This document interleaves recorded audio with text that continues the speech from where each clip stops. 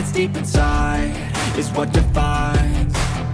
So I won't give up, I'm gonna make it to the top. I don't care what's in my way, I swear I'm never gonna stop. I could fall flat on my face and I swear I won't give. The following is a presentation of BFA Sports.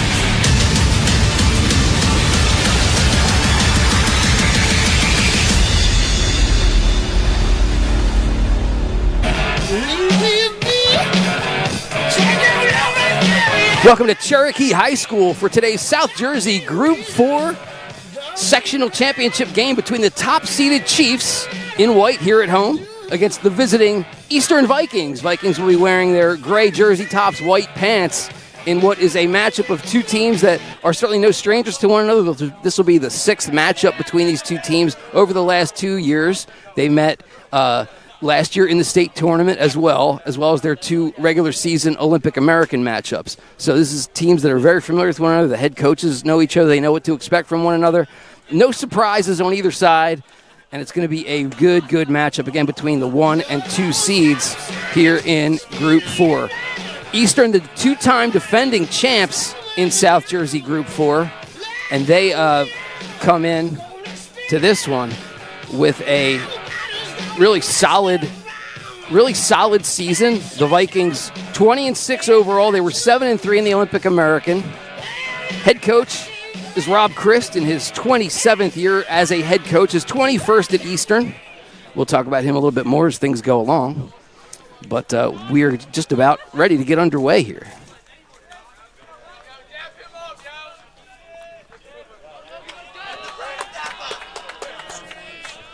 We'll take a peek at the starting lineups. There you see for the Vikings, Dawson will be leading off the shortstop wearing number 13.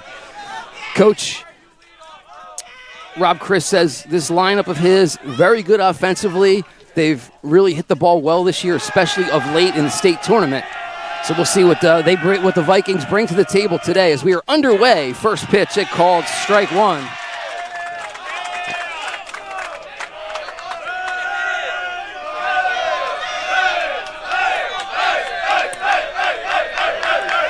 Next pitch, a swinging strike two.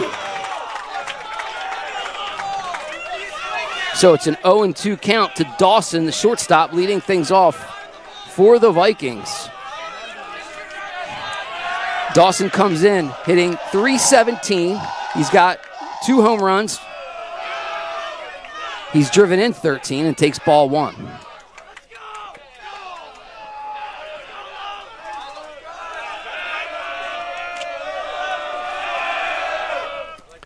Next one fouled up and away.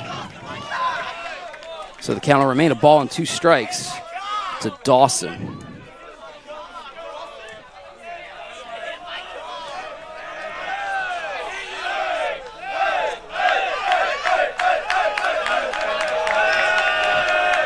One, two. Got him looking. Called strike 3 for out number 1.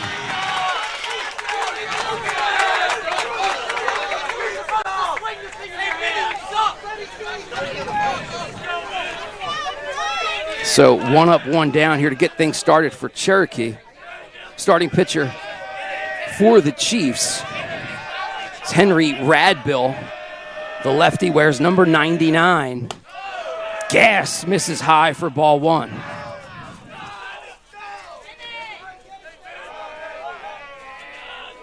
Radbill comes in with a 6-1 record.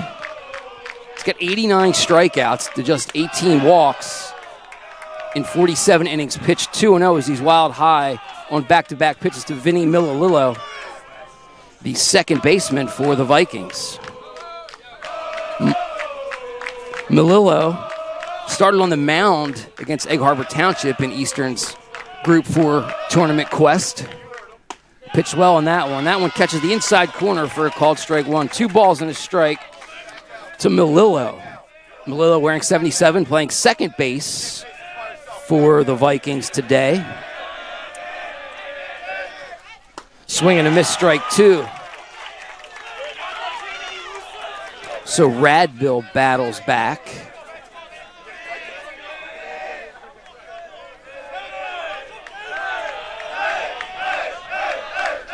The 2-2.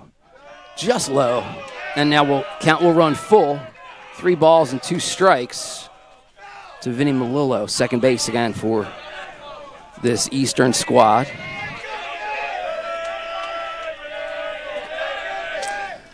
That one bounces up there to Melillo, and he's a base runner, first of the day for the Vikings, as they would love to strike quick here on the road.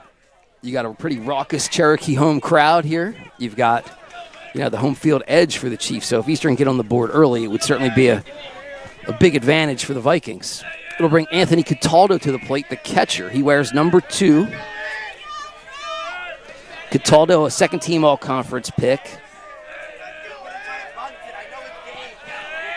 Interesting thing about Cataldo, his father is from Chile. And I said to Coach Rob Christ, so does he play soccer in the offseason? He said no. He said no, he does not. But it's a good question, he told me. So first pitch misses high for ball 1.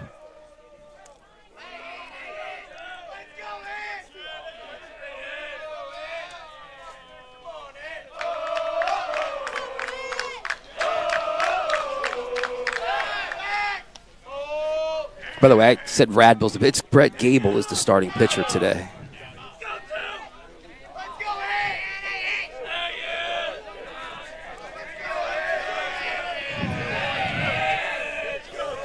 Radbill's DHing in his spot. Next pitch fouled straight back. A ball and a strike to Cataldo.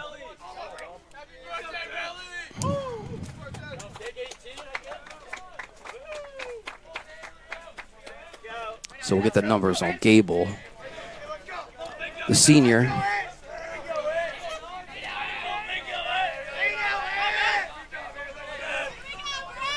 Takes a peek over to first. Now Red is ready.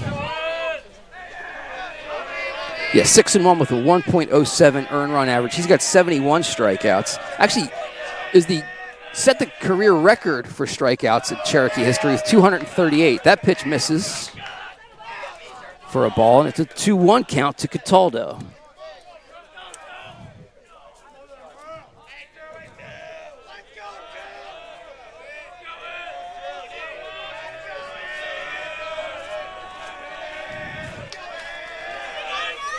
The left-hander from the stretch kicks over for a called strike at the knees. Count level. 2 balls, 2 strikes to Anthony Cataldo. Cataldo wears number 2.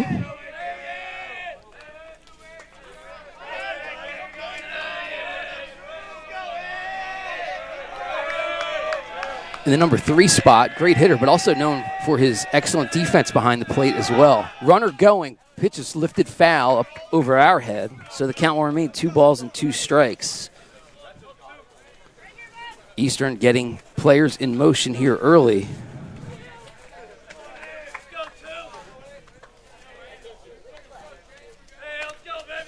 Melillo with 14 stolen bases, one of 3 players with 14 or more on this Vikings lineup. So they will run.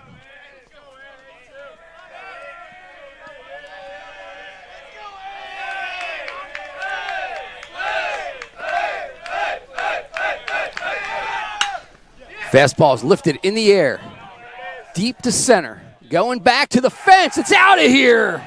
Center fielder couldn't get it.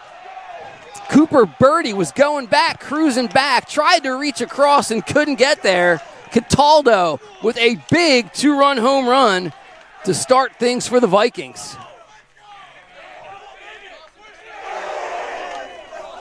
So a huge hit from Cataldo, the 2-run home run. And it is a huge, huge advantage here early for the Vikings. Get another peek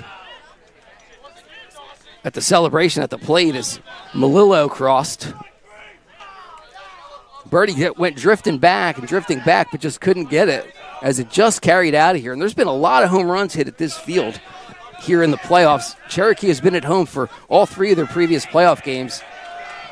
And the Chiefs have hit 10 home runs here at this field in 3 games. So certainly the ball carries well here. A nice hot day, so expect that to continue. First pitch misses, ball 1. to Matt Gryzkevich, the center fielder for this Eastern team. Gryzkevich lifts it foul down the third base side. Kind of curling back towards the line. But Brett Njsiaa squeezes it for out number 2.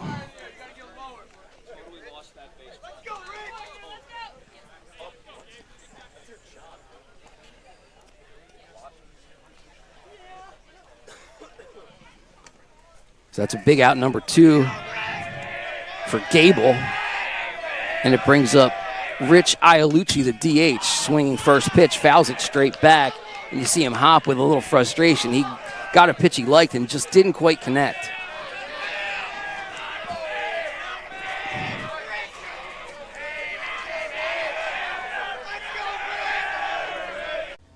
Have you been thinking about selling your home but concerned about that? 0-1. Breaking ball bounces up there. Knocked down by the catcher, Mason Kelleher. At first base, it's Nate Linden. The second baseman is Brett Jackson. Shortstop, Jason Brown. Third baseman, I mentioned Brett Njsiaa. In left, it's Alex O'Dude. The center fielder is Birdie, as we mentioned. And the right fielder, Steve Barbagiovanni, who's going to squeeze that one for out number 3. So that'll do it for Eastern here in the top half of the first. But they get a run on one hit. No Cherokee errors. No one left on base. We'll step away and come back with the bottom of the first after this. Have you been thinking about selling your home but concerned about the high interest rates for a mortgage? With my real estate marketing team at BFA Homeworks, I can help you maximize the value of your property and streamline the selling process. In my 20-plus years as a finance and production executive, my network of professionals have built custom solutions for each one of our clients. Meet with our award-winning team of real estate, video production, and finance experts to make your home work for you. Call or visit us today at www.bfahomeworks.com.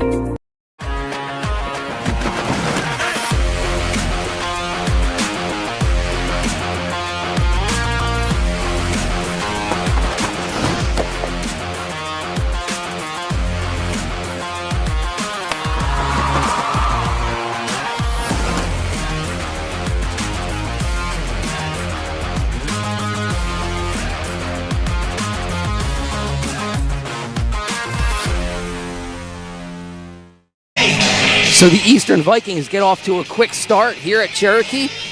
The road Vikings, seeded number 2, pick up 2 runs in the top half of the first on the 2-run bomb to left center off the bat of Anthony Cataldo, the catcher. So that's exactly what the doctor ordered. If you're Eastern, certainly getting off to a quick start is important for the Vikings when you're playing on the road. Cherokee will step to the plate, and we'll take a peek at their order. You see Cooper Birdie will lead things off. Brett Jackson had a big hit last week. A home run against Washington Township to kind of give them some insurance, but Alex O'Dude, you see him in the third spot with a 3-run home run against Washington Township last week. That kind of really spurred them to that win. So it'll be Cooper Birdie to lead things off, the sophomore center fielder for the Chiefs. Birdie, 2 home runs, just 8 runs batted in. He's got 13 hits in 48 at-bats. He has scored 15 runs, so getting on base and stealing bases, he's got double figures in both runs scored and steals. Scored 15, stole 10.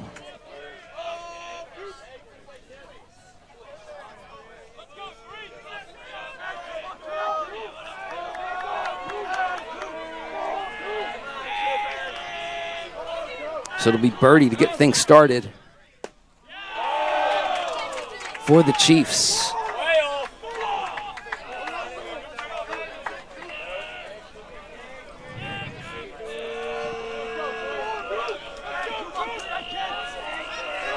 Birdie takes ball 1, looks at another, and quickly he's ahead 2 balls and no strikes.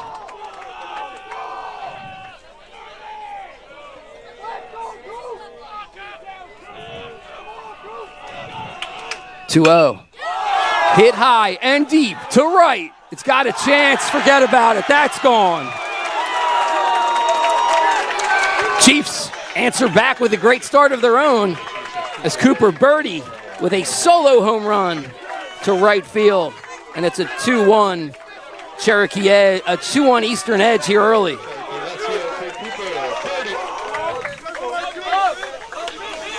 So for Birdie, that's his third home run of the season, his 9th run batted in. And it is a high-powered offensive start here in this South Jersey Group 4 championship game as you see Birdie touch them all. So all the runs so far via the long ball.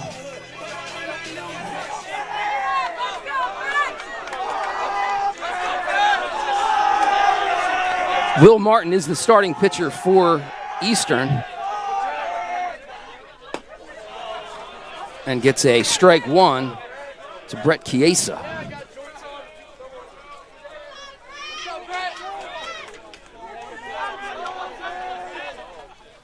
Three-year starter who's going to Rowan. Hits it sharply to third. It's picked up over there, and they retire Njsiaa. Well done from Cole Pinney down there at third base.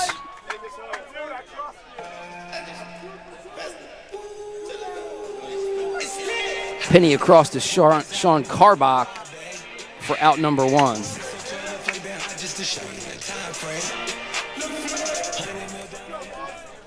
So with one out, it brings the left-handed hitter Alex O'Dude to the plate. He takes a ball high, a ball and no strikes to start things off for O'Dude.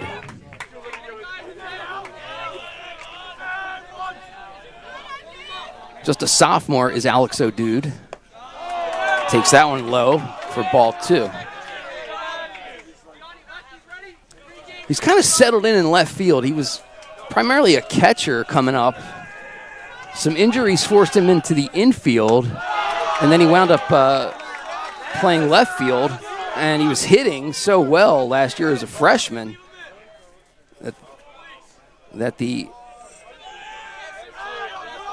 Cherokee head coach, Mark Petronani, decided to keep him there. And O'Dude is aboard with a walk.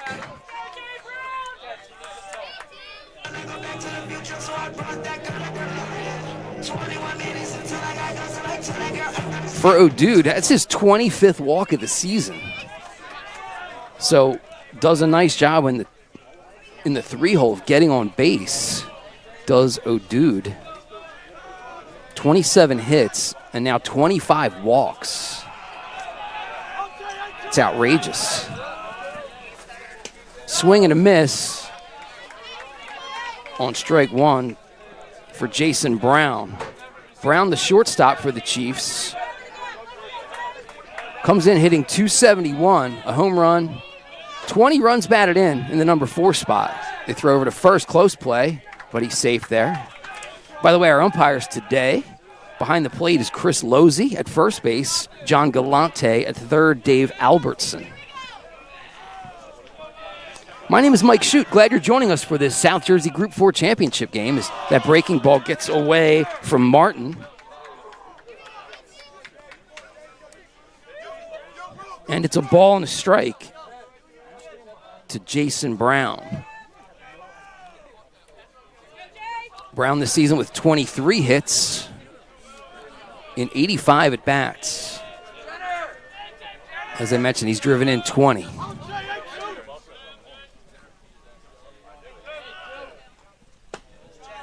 Took a little something off that and got the breaking ball to drop in there. Ball and 2 strikes now to Brown. O'Dude is the runner at first. Has just one stolen base this year. So don't necessarily expect to see him moving. Grounded up the middle. It gets past the pitcher. Oh, nice play by the shortstop. The flip by Dawson to second. They get the force there. The relay not in time, but what a nice job by Logan Dawson to make that play up the middle. They get the lead runner, which is important. Keeps that runner out of scoring position. So it's a fielder's choice for Brown. Score at 6-4 for out number 2. Really nice play up the middle by Dawson. So with 2 outs and a runner aboard at first, Brett Jackson will stand in. Jackson comes in leading the team in hits with 36. Takes ball 1. Jackson hitting .424 on the season. He's got 15 walks to go along with those 36 hits, so he's been on base 51 times safely. Chops this one foul down the first baseline, so a ball and a strike to Brett Jackson. Around the infield defensively for Eastern. Of course, we mentioned the pitcher, Martin. Behind the plate, it's Anthony Cataldo. At first base, Sean Carbach. Second base, Vinny Melillo. Shortstop, Dawson, as we mentioned. Nice play there. Cole Penny's at third base. The left fielder, Matt Capriotti. In center, Matt Gryzkevich. And in right field, Carson Mikowski. Martin's delivery, low, ball 2. 2 balls and a strike to Jackson.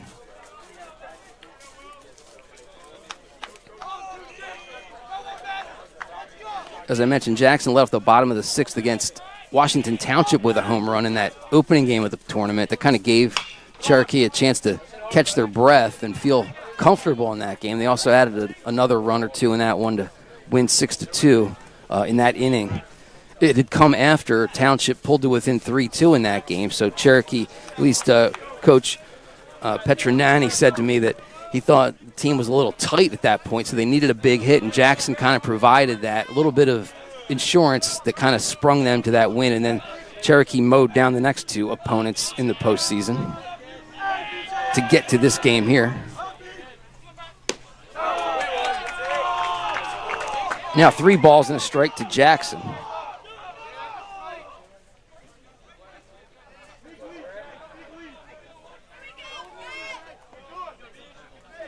Jackson should be looking for something here. The team's leading hitter. 36 hits and 85 at bats. Gets a fastball, lifts it in the air to left center. Going back to the gap. They're not going to be able to get it.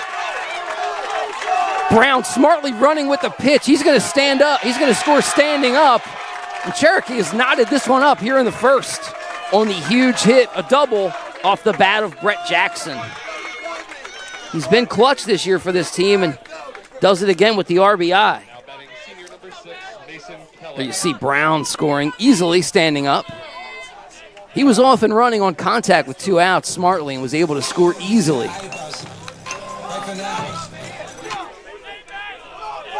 So just like that, we've got a tie ball game at 2 apiece. As advertised between this number 1 and number 2 seed, punch, counter punch, you're going to see a heavyweight battle here today, no doubt. Martin delivers, grounded, in the hole between third and short. That's going to get through for a hit. Will Jackson come around to score? Here comes the throw. He slides in head first safely as the throw is cut off. Another hit for the catcher, Mason Kelleher. That drives in a run. And now it's a 3-2 Cherokee lead. You see the hit get out there to left. The grass kind of slowed things up a little bit, allowed Jackson to score running with 2 outs. So Eastern puts up 2 in the first. Cherokee has answered back with 3 already here in the second. And with 2 outs, brings Nate Linden to the plate. Kelleher swinging first pitch, didn't even get a chance to really introduce him. Again, catching today for the Chiefs. First ball swinging is Nate Linden, the first baseman. This is to right. It's going to be squeezed out there by Carson Mikowski, who makes the catch to retire Linden. But Cherokee with 3 runs on 3 hits here in the bottom half of the first. It's the Chiefs 3, the Vikings 2. Back with more after this. Have you been thinking about selling your home but concerned about the high interest rates for a mortgage?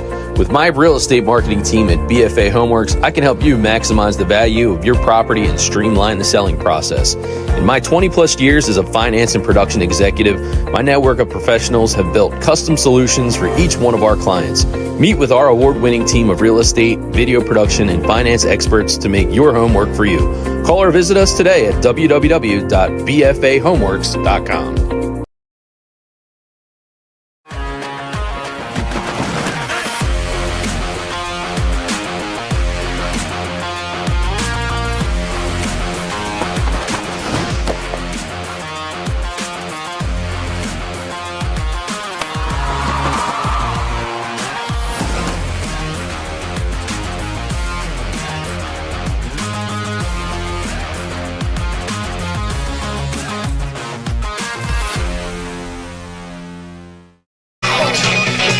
Welcome back to the campus of Cherokee High School. Beautiful day for a baseball game. It's actually a little toasty. A warm 85 degrees out here in Marlton today for this matchup of two of the hottest teams in South Jersey, quite frankly. Eastern visiting Cherokee. Again, the Vikings come in at 20-6 overall. Cherokee 24-3 overall. They won the Olympic American at 9-1 under head coach Mark Petronani in his 17th year as head coach. Sean Carbach, the first baseman, will start things for Eastern here in the second. Takes ball one. Carbach, a second-team all-conference player.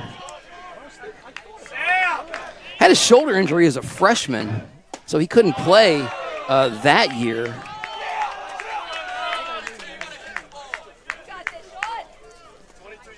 He's a junior now. Also plays on the basketball team at 6'4", as you might expect. And he really would have contributed to this team as a freshman when they won that first of what has been two straight South Jersey titles. But that injury kept him on the shelf as he takes a called strike one. A ball and a strike to Carbach, the first baseman. Brett Gable gets him swinging. I mean, that was a 1-2 pitch, pardon me. So out number one, second strikeout of the day for the lefty, Brett Gable. Again, Gable came in 71 strikeouts in 45 2/3 innings. He's now up to 73 in 47 innings now that he's got a 1 1/3 under his belt here today. Ball one to Carson Mikowski, the right fielder. Mikowski, we saw him make a catch out there in the bottom half of the first. Known for his excellent arm out there in right. And a quick conversation at the mound as Gable and Kelleher will talk things over.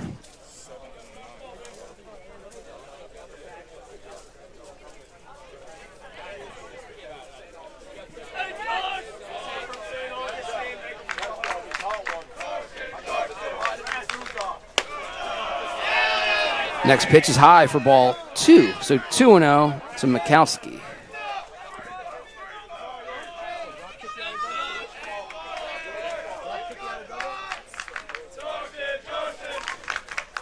Now that's up and away, and it's ball four. So I was off the mark on a couple there.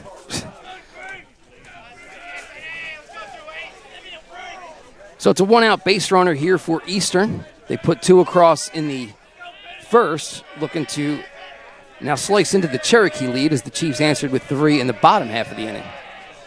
Gable, who works in the stretch all the time, takes a peek, now delivers. Move seemed to deceive Mikowski a little bit, who was kind of breaking back towards first on that first pitch that was ball one to Cole Pinney.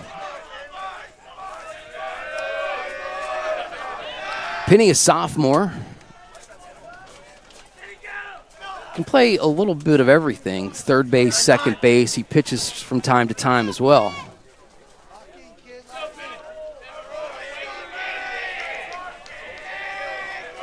Here's Gable's 1-0. Fastball down the pipe, over for a called strike one. A ball and a strike. Like that, 9-9.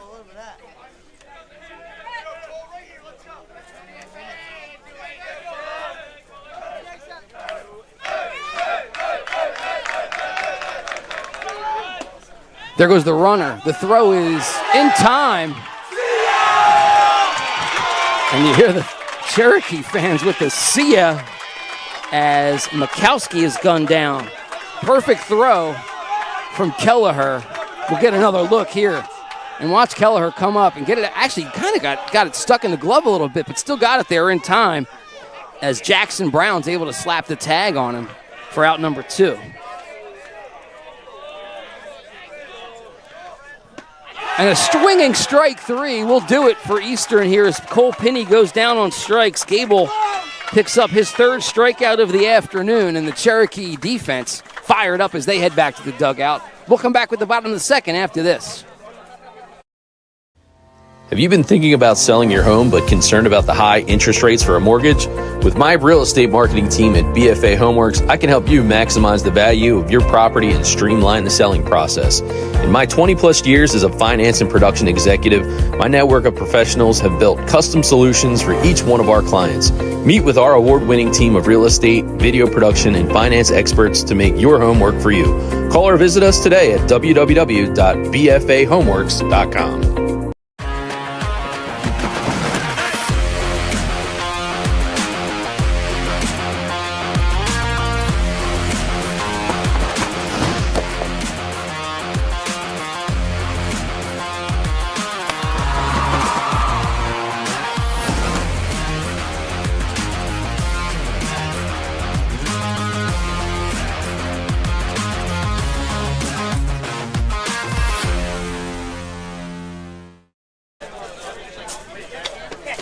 Welcome back to the campus of Cherokee High School as you are watching the South Jersey Group 4 sectional final in baseball between the Eastern Vikings and the Cherokee Chiefs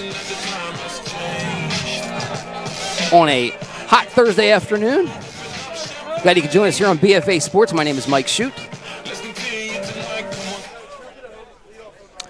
A lot of local sports writers here today. Kevin Minnick from NJ.com. Tom McGurk from the Courier Post. All these guys will have some stories. I saw Sully from Glory Days. He's here as well. Dave O'Sullivan, Jersey Sports Zone. A lot of this game's well covered today. It's a good one. The top two seeds in Group 4 going at it here as Eastern, the 2 seed, here visiting the number 1 seeded Cherokee Chiefs. Henry Radbill, the DH, stands in. Takes a called strike 1. I apologize earlier. I got my lines crossed there, and I was saying Radbill was the starting pitcher, but it's, of course, Brett Gable. Radbill DHing in his spot. Those two guys have been good friends since the age of 8, so to get them maybe mixed up probably happens from time to time since those guys have been together for so long. 0-2. Slap foul down the third baseline. Coach getting razzed by the home fans here because he couldn't squeeze it.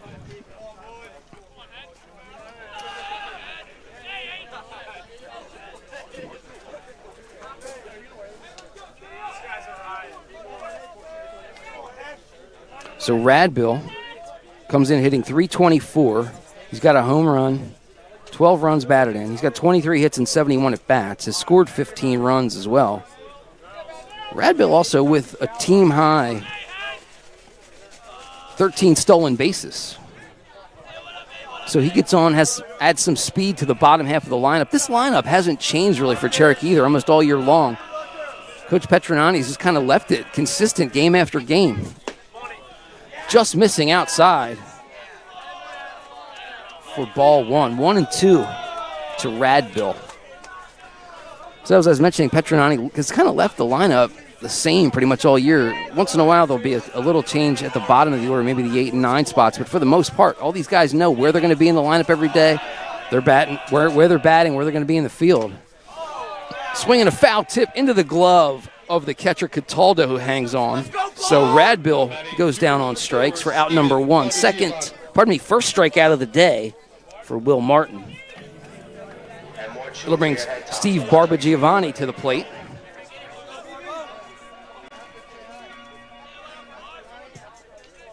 Hitting .373 out of that number 9 spot. Just 2 extra base hits here this year, both doubles of his 25 hits. Takes a called strike 1.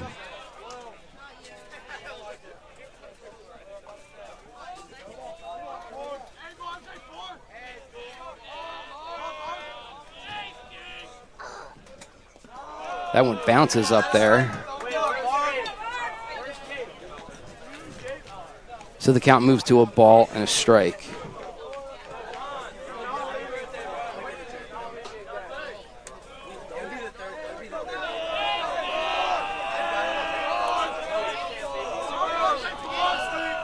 Here's the 1-1 from Martin.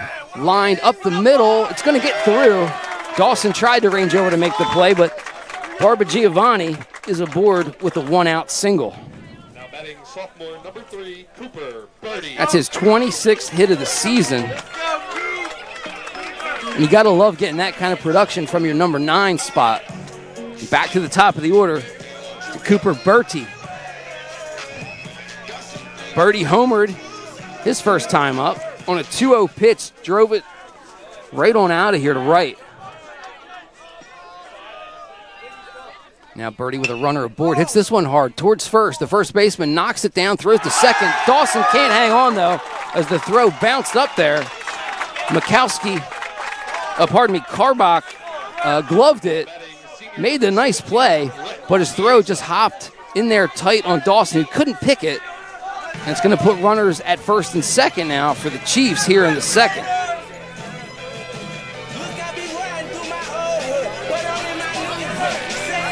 And one thing Coach Chris mentioned about this game and about his team, their offense has really improved, but they've had some struggles defensively that have kind of left the door open for opponents. This could be an example here. First pitch to Brett Njsiaa, misses for ball 1. He grounded out to third his first time up.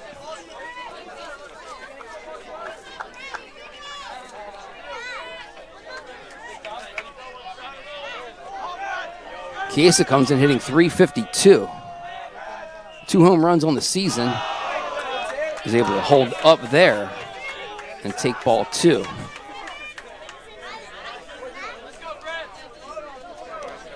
Njsiaa, 32 hits on the season, ranked second on the club for the senior.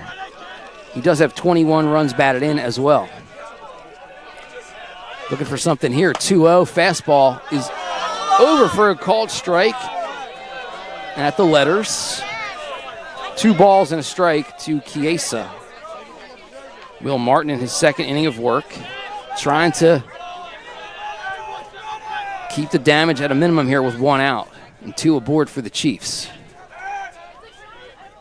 Njsiaa swinging, hits this one on the ground down the third base line. It kicks into foul territory. Coming around from second and scoring is Barbagiovanni. Sliding into second with a double is going to be Njsiaa. Moving up to third is Birdie. And it's a 4-2 advantage for the Chiefs.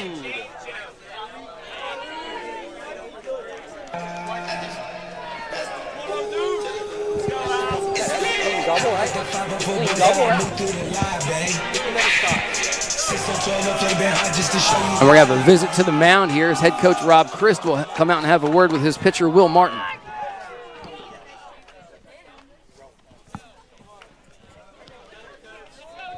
So Martin will, and the entire infield will chat things up with Rob Christ. Already 1 across here in the second for the Chiefs, leading 4-2. Home plate umpire Chris Losey is going to go out and have a word. Folks familiar with BFA Sports might know Chris, as Chris calls games for the Williamstown High School football team, as well as other sports as well. Chris is actually the play-by-play man for the Williamstown football games, and I join him for color. So at least this past year, I don't want to assume anything going forward, but we did it in 2024. Hope to be back in 2025 with Chris. It was a good time, and we enjoyed that. Flying solo today, my name's Mike Shooten. It's the Group 4 South Jersey Baseball Championship game here. Sectional final between Cherokee and Eastern. Chiefs up leading 4-2 with a couple more in scoring position here in the second. Called strike 1 to Alex O'Dude. He walked in the first.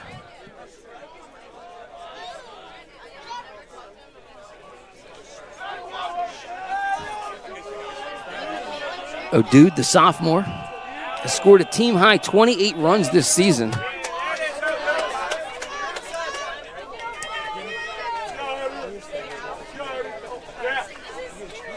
Hoping to drive a couple in here.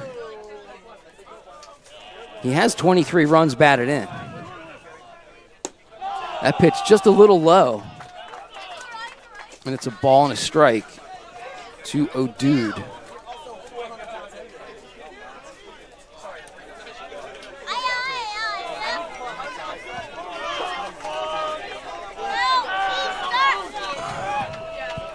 1-1. Lifted in the air, in the infield. Dawson ranging, Dawson ranges over and calls it, and he squeezes it for out number 2. So a huge out number 2 now for Will Martin, and it brings Jason Brown to the plate. He reached on a fielder's choice back in the first and scored on Brett Jackson's RBI double. That tied the game at 2 back in the first.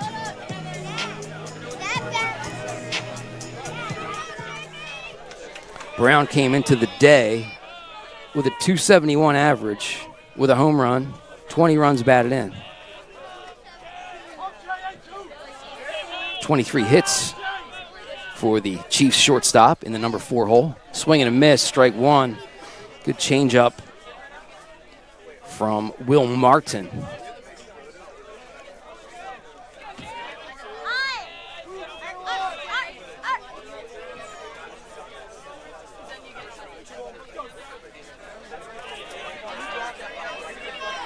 Martin works from the stretch with runners at second and third.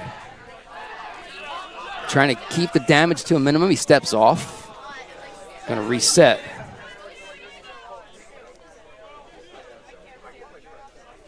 Eastern struggled at the end of the regular season. Lost the last 2 regular season games, losing home against Lenape and home against Bayonne.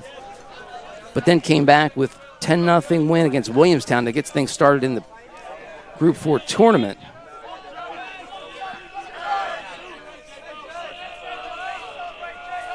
Martin taking his time, now delivers. This one's lifted in the air to shallow right. Coming on to the right fielder, Mikowski, and he squeezes it. So minimal damage done by the Chiefs despite having a lot of traffic on the base paths. They score 1 run on 2 hits. 1 Eastern error as well. They leave 2 on base. We will head to the third. It's Cherokee 4, Eastern 2. Have you been thinking about selling your home but concerned about the high interest rates for a mortgage? With my real estate marketing team at BFA Homeworks, I can help you maximize the value of your property and streamline the selling process. In my 20-plus years as a finance and production executive, my network of professionals have built custom solutions for each one of our clients. Meet with our award-winning team of real estate, video production, and finance experts to make your home work for you. Call or visit us today at www.bfahomeworks.com.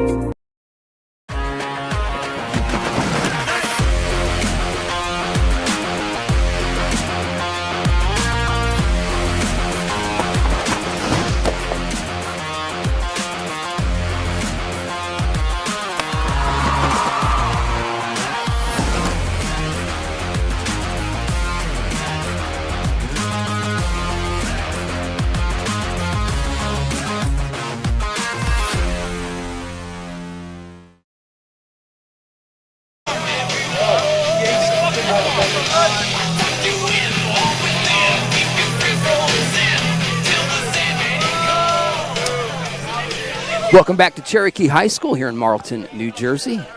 Mike Shute with you for BFA Sports as we're here on hand for the South Jersey Group 4 sectional final in baseball between the Cherokee Chiefs playing host to the Eastern Vikings. Cherokee in the white uniforms, orange trim, grounded sharply to third. Chiesa gloves, throws to first. Linden scoops it in time for out number 1. Chiesa, the Rowan-bound third baseman, made the play for out number 1. So it's once through the lineup now for the Chiefs starting pitcher Brett Gable. 3 strikeouts, 2 walks. He's given up just 1 hit so far. It's back to the top of the order. It's Logan Dawson. Dawson takes a call at strike 1. He struck out his first time up. First team all-conference player. A lot of scouts have been interested in Logan Dawson in terms of Major League Baseball scouts. He's committed to Boston College. Pitched in the state championship game last year, of course, for Eastern, as the Vikings, again, won this game last year, the sectional championship, got to the state final, and the Vikings were upended in that state final by Bridgewater Raritan. This ball is hit in the air to center. Birdie's ranging over towards left. He will reach up the right hand and squeeze it for out number 2. So 2 up, 2 down here in the third. The easiest start of an inning so far for Mr. Gable. It'll bring to the plate Vinny Melillo, the second baseman. He walked his first time up and scored on the 2-run bomb from Anthony Cataldo, who waits on deck. Gable kicks and fires a called strike 1 at the knees. You get a good look from behind the plate there as Melillo stands in. Get an idea of what he's looking at. Gable from the stretch delivers. That's over for a called strike 2. Gable really starting to get into a rhythm now here in this third inning. Kind of started up with the second. He picked up 2 strikeouts in that second inning and was kind of in a good flow. The caught stealing certainly helped after he walked Carson Mikowski, the second hitter last inning. 0-2 pitch. Heat misses a little bit high. Gable wanted that one. Looked like maybe it was a tick outside according to the home plate umpire. 1-2. Over for a called strike 3. I think Melillo might have signified he thought it was inside or that it hit him. He was kind of grabbing at his wrist, so I don't know what he was trying to show there. We'll see if we can get another look at it before we head to break. But it's a 1-2-3 inning for Gable and the Chiefs. We'll head to the bottom of the third. Cherokee 4, Eastern 2. Have you been thinking about selling your home but concerned about the high interest rates for a mortgage? With my real estate marketing team at BFA Homeworks, I can help you maximize the value of your property and streamline the selling process. In my 20-plus years as a finance and production executive, my network of professionals have built custom solutions for each one of our clients. Meet with our award-winning team of real estate, video production, and finance experts to make your home work for you. Call or visit us today at www.bfahomeworks.com.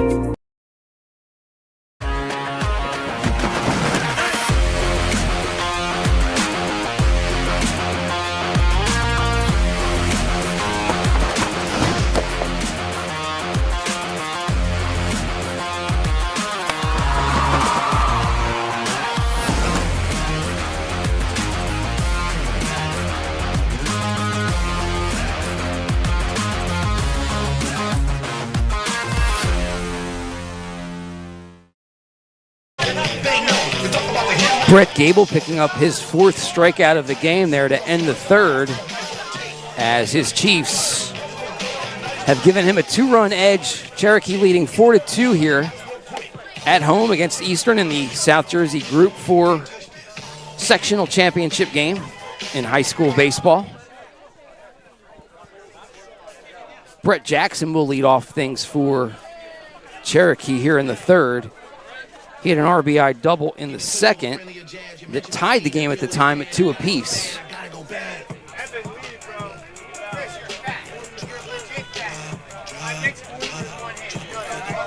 For Jackson, it was his 37th hit of the season, his 8th double of the season. First pitch from Martin. Misses low, ball 1.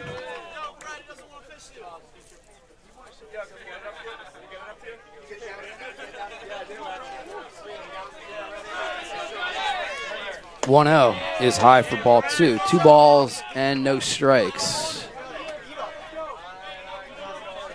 Jackson took a peek down at head coach Mark Petronani for the signs there. It looked like Petronani was kind of saying, hey, lay off for this one. Maybe he's so it might be taken. And he had no choice but to, as that was inside for ball 3. So 3-0 here. And we'll see what Jackson has in mind. The junior. Second baseman for the Chiefs. Takes all the way, strike 1. So now 3-1 as Martin trying to battle back.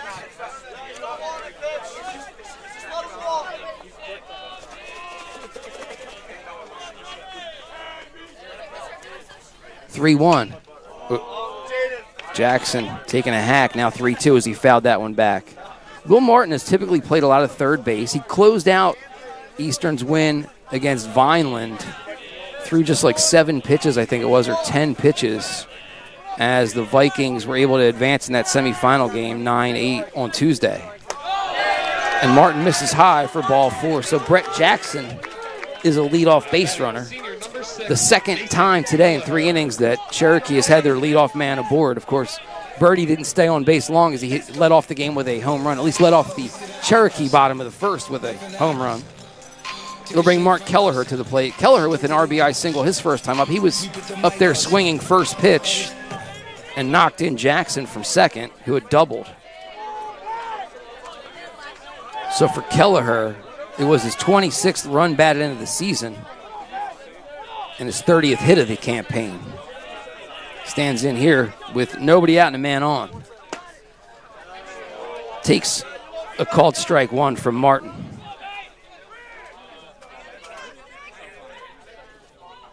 Martin pitched in the state semifinals last year against Jackson as Eastern was able to advance to the state final.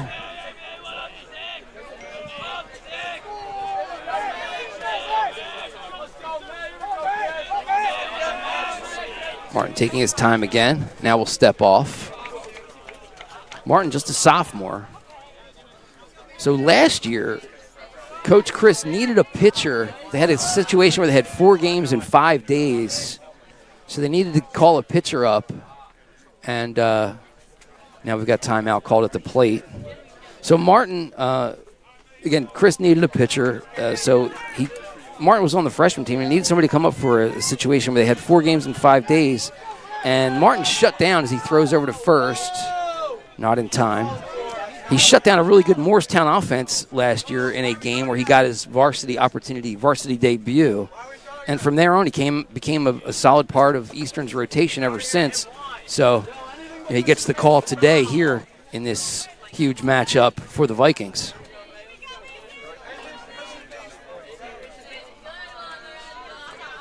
So the count's still 0-1 as we've had a couple of timeouts by the pitcher, the batter, and the throw over to first.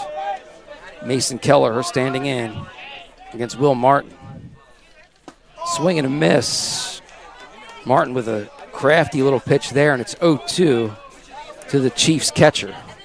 Again, the runner at first is Brett Jackson, reached with a leadoff walk. Thanks for joining us here on BFA Sports as we bring you exclusive coverage of the South Jersey Group 4 baseball championship game here, sectional final. Fastball smacked down the line, curling foul, and it's going to be out of play as Capriati gave chase but couldn't track it down. So the count remains no balls and 2 strikes.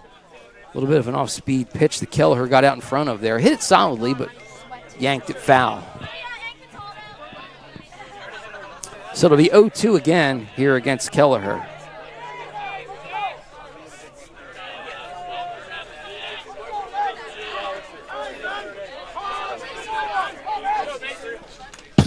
Got a piece of it, just foul tipped it back. So it'll remain 0-2 as the count, again, the count remains 0-2 after the foul tip. Kelleher's going to be going to Frostburg State next year. And he leads the team in extra base hits this year. 4 home runs, 2 triples, 10 doubles. Takes that one in the dirt. Nice block by Cataldo to keep it in front of him. Jackson wasn't comfortable trying to advance based on the hop there.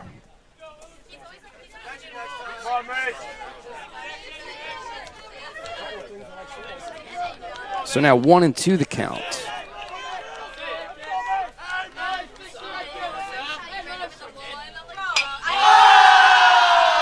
This one lifted foul down the first base line and going to get out of play. So again, the count remains a ball and 2 strikes. Quite a reaction on a foul ball from the crowd that's slowly encroaching upon us, getting closer and closer with each pitch. Time called as the foul ball got thrown back in. Cherokee coach over there first tracking it down.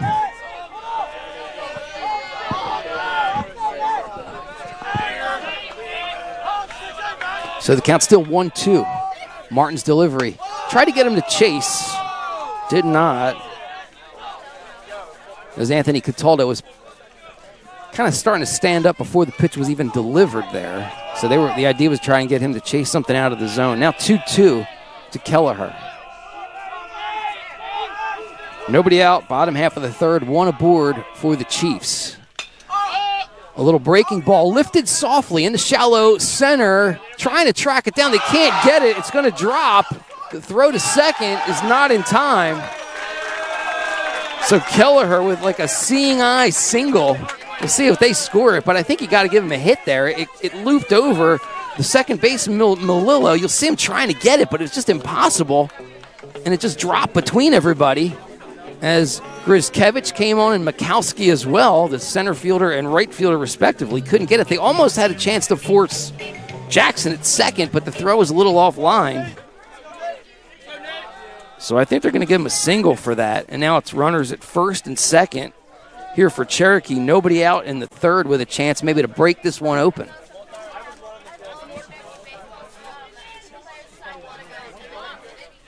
The runner, Jackson, really couldn't take off because the ball was hit so softly and it hung up there. So it certainly they had a chance to catch it, and he had to wait to make sure it got down. But he got halfway, was smart. Brings up Nate Linden, who shows bunt first pitch, pulls the bat back, and takes a called strike one. I think Coach Mark Petronani wanted to see, hey, what's going to happen? What will the Eastern offense do if we do show bunt here? And there wasn't a lot of motion from the Eastern defense. We'll see here now 0-1 if Linden is indeed thinking about sacrificing. He is not. The pitch misses inside for a ball and a strike. So I think it was just a little bit of a test me situation with that fake bunt just to see what the Eastern defense was going to show. 1-1 now the count here with nobody out and two men on for Cherokee, leading it 4-2. Trying to add to that lead. Breaking ball lifted up and out of play over our head. So Martin gets ahead now, a ball and two strikes.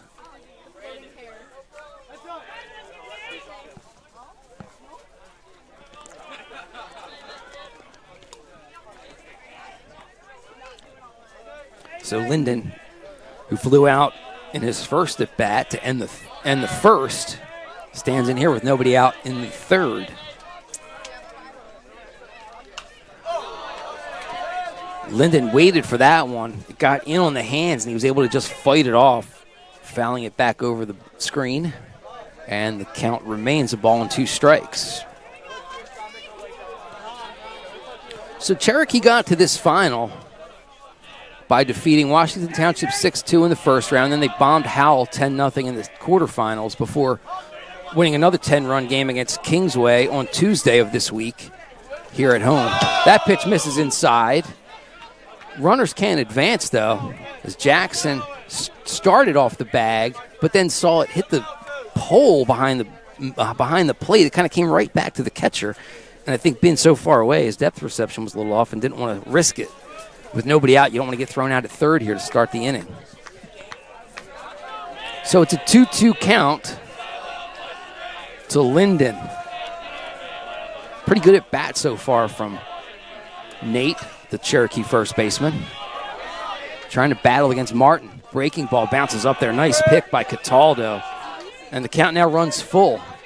So it's been a really good at bat by Nate Linden here. This will be the seventh pitch of the AB.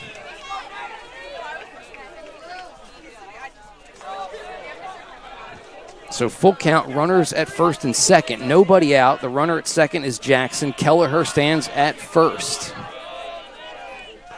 Full count pitch, a fastball down the middle, lifted in the air. Again, it's to right field. It's shallow. Going out is Melillo. He will squeeze it. Nobody can advance. And that's the first out of the third here for the Chiefs. So Martin really battled against Linden there and won the battle as he got Linden to pop out to shallow right field as the second baseman Melillo ranged out. I do not think they called infield fly there. And it'll bring up the designated hitter, Henry Radbill. He struck out his first time up. Radbill, the DH. He pitched the win for Cherokee against Kingsway on Tuesday. It's been a 1-2 punch in the playoffs. Radbill and Gable. Radbill shows bunt but pulls back and takes ball 1. Radbill, the senior, good numbers this year. Hitting .324 with a home run. 12 runs batted in.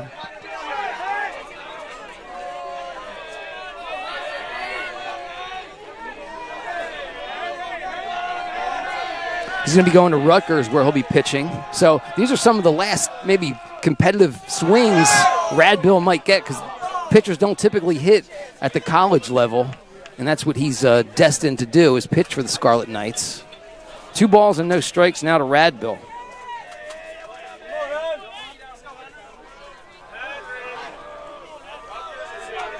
Should Cherokee advance to the state semifinal, it would be Radbill who would get the call as the starter in that one. Also a left-handed pitcher. Fastball misses inside. 3-0 to Radbill. Expect him to take one here. And I would also expect Eastern to start maybe seeing if they can heat somebody up in the bullpen. Hard to see down there if they've got anybody going. Huge crowd here lining the field. You got folks even around the outfield fences. So the DH Radbill has a 3-0 count. Takes a called strike 1 on the upper outside portion of the plate. So now 3-1.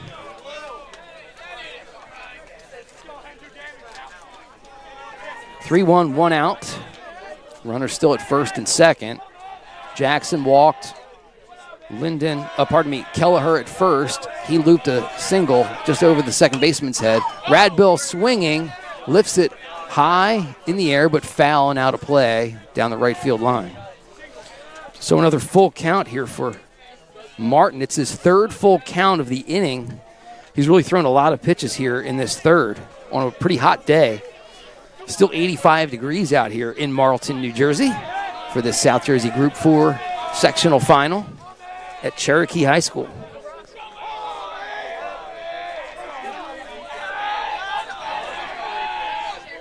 Another foul ball, so count will remain full. This will be the 7th pitch of this at-bat to Radbill.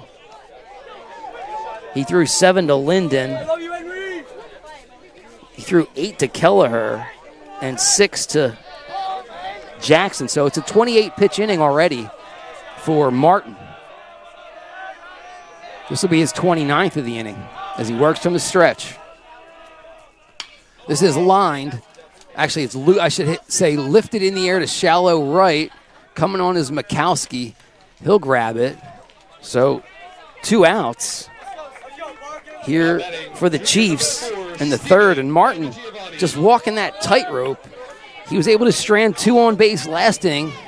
See if he can do the same here in the 3rd for the Vikings.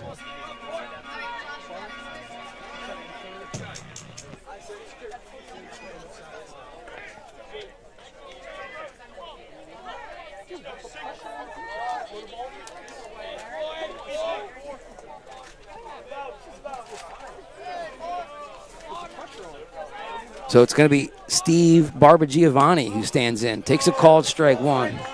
Barbagiovanni singled last inning. It was his 26th hit last time up as the number 9 hitter in this Cherokee lineup. The 0-1 from Martin. Fastball lifted to center. It's in the gap, actually right center. It's going to be down for a hit. 1 run will score. Sliding in safely at 3rd is going to be Kelleher. Jackson crosses the plate, and it's a 5-2 Cherokee edge on a big, huge 2-out hit from Steve Barbagiovanni, the number 9 hitter in this lineup. It's 2 for 2 today with 2 singles and a run scored to go along with that RBI. There you see Jackson crossing the plate with that 5th run of the afternoon for Cherokee. Cataldo's going to go out and have a word with Martin. Again, what they want to do here, though, if you're Eastern, you just want to limit the damage, right? Get out of this inning here and get this next batter out and you're still within striking distance at 5-2.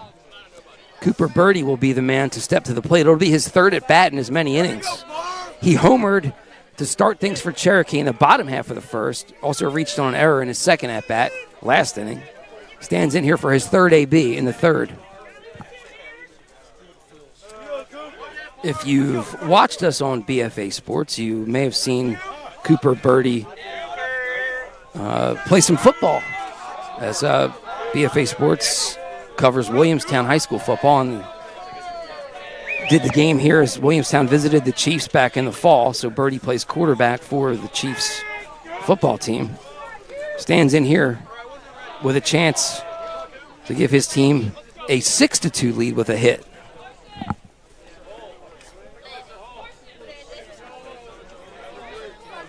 One run across on 2 hits so far here in the third. Cherokee with runners at first and third, with 2 outs. First pitch from Martin to Birdie. Misses a tick low for ball 1. In his first appearance, Birdie got ahead 2-0, was waiting for a fastball and hammered it right on out of here to cut what was Eastern's 2-0 lead in half at 2-1. Over for a called strike, a ball and a strike now to Cooper Birdie.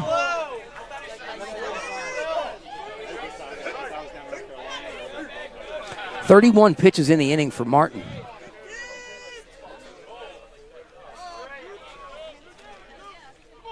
Number 32. It's lined to left. Capriati has it measured and will make the catch to retire the side. But Cherokee does score a run. They get 2 hits, and they leave 2 on base. We will head to the fourth. It's the Chiefs 5, the Vikings 2.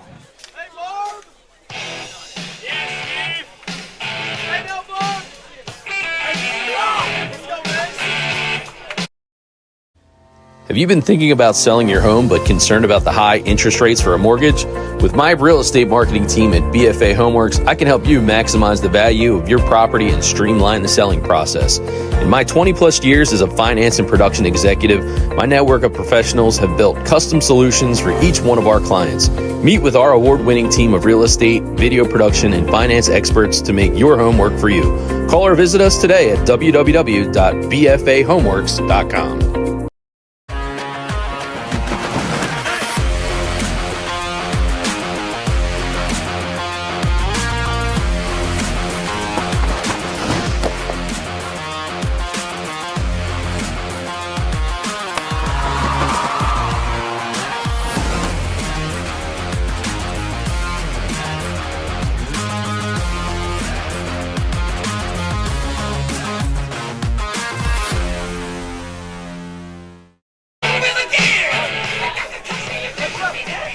Back here at Cherokee High School, top half of the fourth, as Eastern will grab the bats and try and slice into this Cherokee advantage. Eastern jumped out to a 2-0 first inning lead on a home run by Anthony Cataldo, the catcher, who stands in here to lead things off in the fourth for the Vikings. So Eastern jumped out 2-0. 3 batters in, it's 2-0 Eastern. Cherokee answered back with a leadoff home run in their bottom half of the first with a solo home run for Cooper Birdie. They added a couple more to take a 3-2 lead as Cataldo swings at strike 1. Cherokee has added runs in the second and the third. That's where we stand at 5-2 as we start the fourth. Winner goes to the state semifinals next week, most likely I would say Tuesday. That's over for a called strike 2, and I really get the sense that Brett Gable is really starting to get into a rhythm here. The Cherokee left-hander who, by the way, is headed to Harvard University. Breaking ball misses outside, just around the plate. Now a ball and 2 strikes. Gable has 4 strikeouts today, 75 on the season. He set the school record with career strikeouts, 238. Broke the mark of Chris Murray, who graduated in 1999. So that was a pretty long-standing record. That's over on the corner for a called strike 3. 5th strikeout of the day for Gable, who, again, I feel like get the sense he's starting to build some momentum.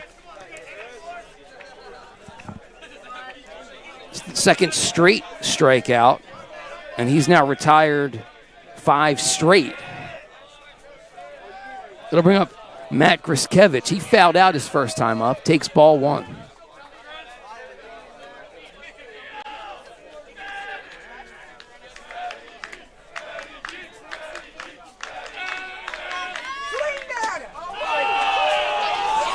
Swing and a miss, strike 1, a ball and a strike. I think he may have foul tipped that back into the glove of Mason Kelleher.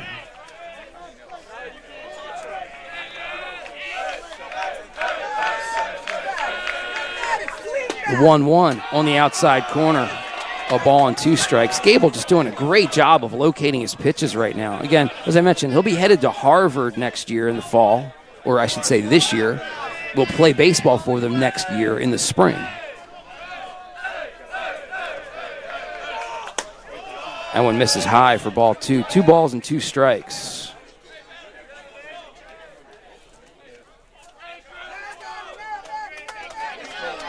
The cool thing about Gable, his GPA is as hot as his fastball. It's just about 4.0. He's like 3.97 or something like that, according to Coach Mark Petronani, as he gets Griskevich swinging for out number 2. So 3 straight strikeouts for Gable. He's now got 6. And it'll bring to the plate Rich Iolucci, the designated hitter. Iolucci flew out to right his first time up.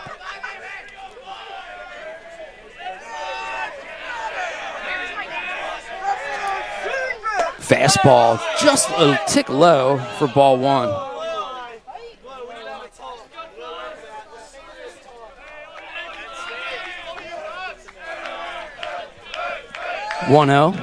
Gable kicks, delivers. It's 2-0.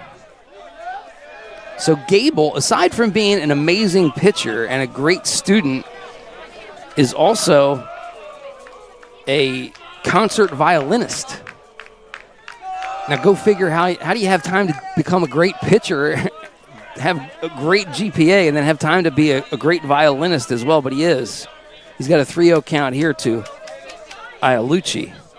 And Coach Mark Petronani was telling me he was trying to convince Gable to maybe play the national anthem on violin before one of their games this year, but he just didn't want to do it. Said he was a little shy. I'm like, how could you be a starting pitcher and be shy? But he didn't want to do it. So 3-1 now as he gets a called strike 1 there as Iolucci was taken all the way. That one misses for ball 4, so Iolucci gets on board, and that's really what Eastern needs, patience, and they need to get some base runners. 3rd walk of the day for Gable. He's got 6 strikeouts, 3 walks. Has given up just 1 hit so far. That was the home run in the first by Cataldo. It'll bring Sean Carbach to the plate, the Vikings first baseman here, with 2 outs here in the 4th. Cherokee up 5-2. Pitches over at the knees for a called strike 1.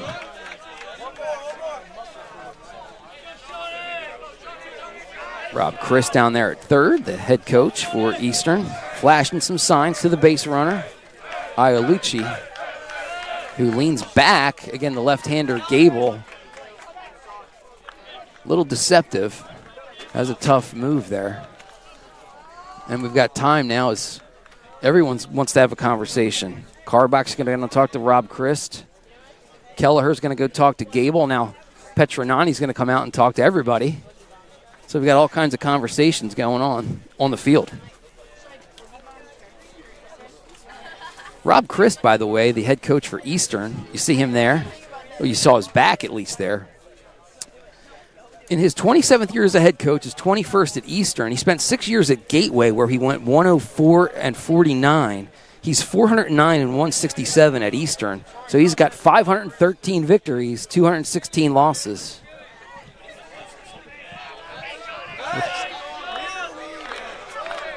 And Chris went over the hit the 500 career win mark against Cherry Hill East this year as Gable gets a called strike 3.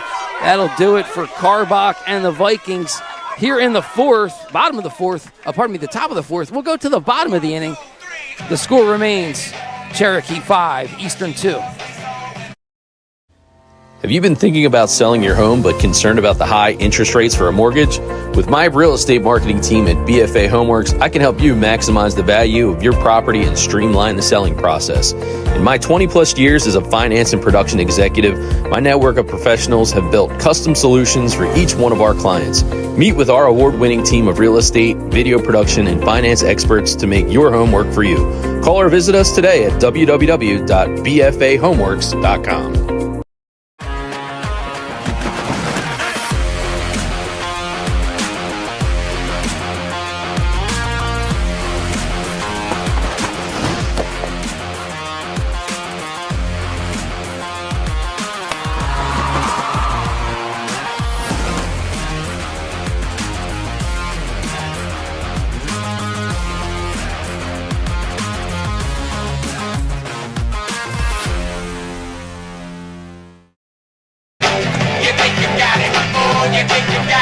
Will Martin entering his fourth inning of work for Eastern.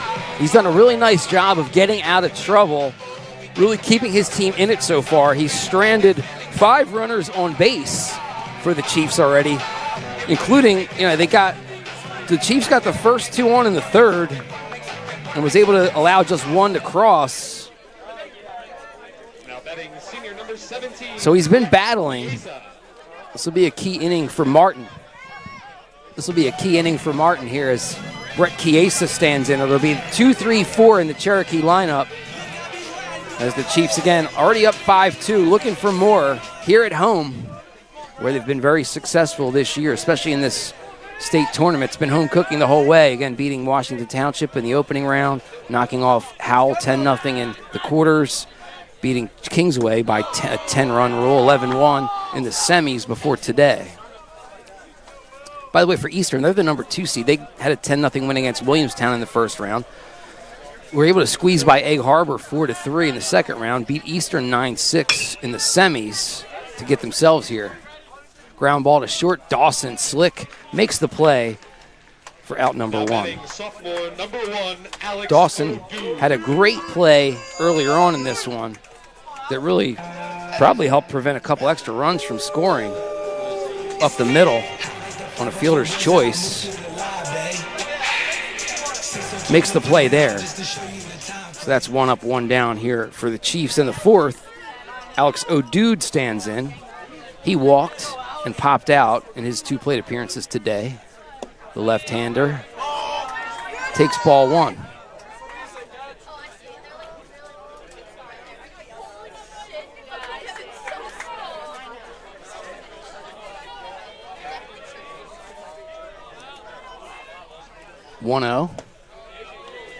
Just a tick high. Now 2 balls and no strikes to O'Dood. We mentioned some of his numbers earlier on. He scored 28 runs this year. He's got 27 hits, 23 runs batted in, 6 home runs, and 24 walks as well. That's a team high in the walks department. He got his 25th earlier today, back in the first.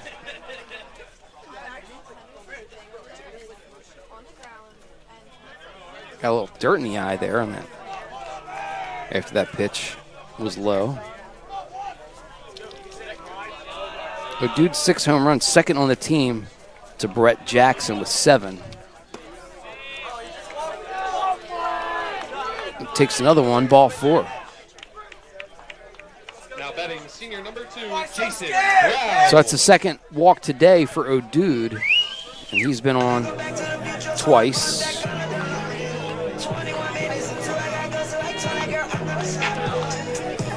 He's now walked 26 times this year, has O'Dood. So he's got 26 walks to go along with 27 hits. And it brings up Jason Brown, the shortstop.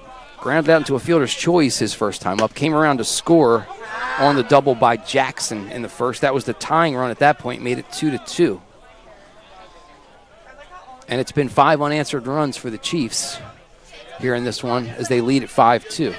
1 out, we are in the fourth. 1 out, 1 aboard. Will Martin still hanging in there for Eastern on the mound. This one's fouled straight back just over our head.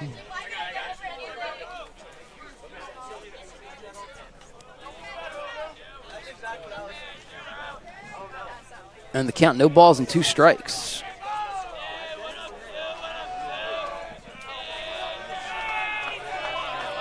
It's a good look from our vantage point behind the plate. Here's the 0-2 from Martin. Tried to get him to chase something out of the zone. Now a ball and 2 strikes. It was a 30-plus pitch inning in the third for Martin, so he's got to be a little bit gassed. His team did give him a somewhat long 4th inning, although it was 4 batters reached base. 4 batters came to the plate last in the top of the 4th for Eastern. Brown tried to hold up, and they say he did, as the appeal goes down to first base umpire John Galante. Says he did not go. Again, Galante is the first base umpire. The third base umpire, Dave Albertson. Behind the plate, Chris Losey. This crew did the Gloucester Catholic semifinal game last night as the Rams played at Rutgers Camden in a night game, 7 o'clock last night. 2-2. Grounded softly towards second.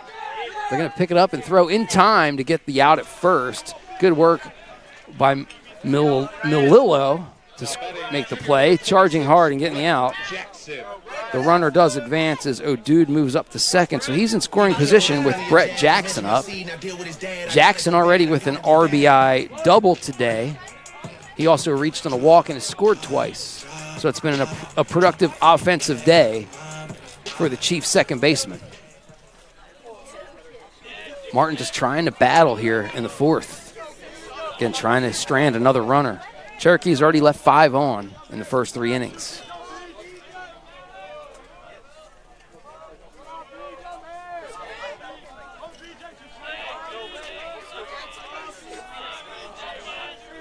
O'Dude bouncing around there off the bag at second, as you see him wearing number 1. Dawson kind of trying to creep in behind him. The shortstop wearing number 13 for Eastern. As Jackson takes ball 1. 1-0. Missing low. 2 balls and no strikes to Jackson. So these, in the last, since 2018, Cherokee and Eastern have met 16 times over 7 seasons. Of course, it was 8 years. 2020, there were no games. Those 16 games, the teams have split evenly, winning 8 apiece. That was a called strike 1, by the way. So 2 balls and a strike to Jackson. The team split this year their 2 meetings in Olympic play, Olympic Conference American Division play, as that one hooks foul. 2 balls and 2 strikes. Eastern won here at Cherokee by the score of 2-1 on May 19th. Cherokee won at Eastern on April 24th by the score of 11-1. Last year in the playoffs, Eastern defeated Cherokee 6-0 on their way to that sectional title last year. This one is lifted down the left field line, but that's going to curl foul, slicing away from the foul pole and the left fielder as well, out of play. Nobody's got a chance to chase that one down off the bat of Jackson. So he pulls one foul down the right field line, lifts one foul down the left field line. Somebody in the dugout's got to be yelling, straighten it out. 2-2 the count. Runner at second is O'Dude. Pretty good lead. They're not doing much to hold him on. This one is hit solidly to right. It's going to drop in for a hit. O'Dude got off to a slow start, coming around third. Here comes the throw. It's going to be in time. He is out at the plate. What a tag and what a relay throw by the first baseman Carbach to Cataldo. We'll get another look at it here. Good job also by Mikowski. He got to it quickly as that ball hit the grass and died. He came up throwing, hit the cutoff man. The throw comes in, and the tag is up on the arm, on the shoulder, as the base runner slid kind of around the plate, tried to touch it with his hand, caught him on the shoulder. So the Eastern defense holds again, keeps it close. It's 5-2. We'll head to the 5th. Have you been thinking about selling your home but concerned about the high interest rates for a mortgage? With my real estate marketing team at BFA Homeworks, I can help you maximize the value of your property and streamline the selling process. In my 20-plus years as a finance and production executive, my network of professionals have built custom solutions for each one of our clients. Meet with our award-winning team of real estate, video production, and finance experts to make your home work for you. Call or visit us today at www.bfahomeworks.com.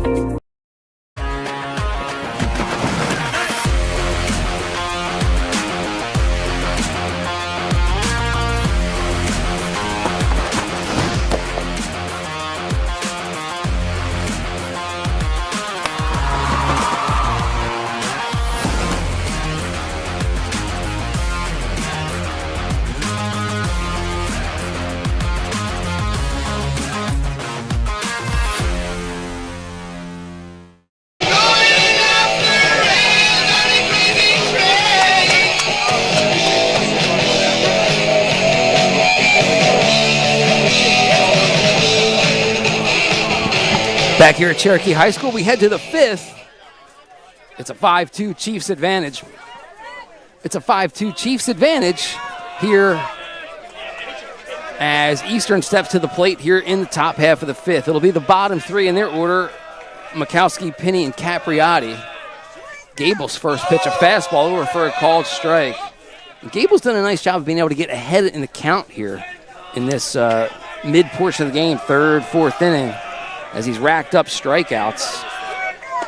4 in the last 2 innings, 7 overall. Gets a swinging strike 2 there to Mikowski, who came up huge defensively there, got to that ball quickly in right to end the bottom half of the fifth. Got it quickly, fired it in, hit the cutoff man, whose throw to the catcher was awesome, and they cut down O'Dude at the plate. Mikowski goes down swinging there, though, for out number 1 here in the fifth.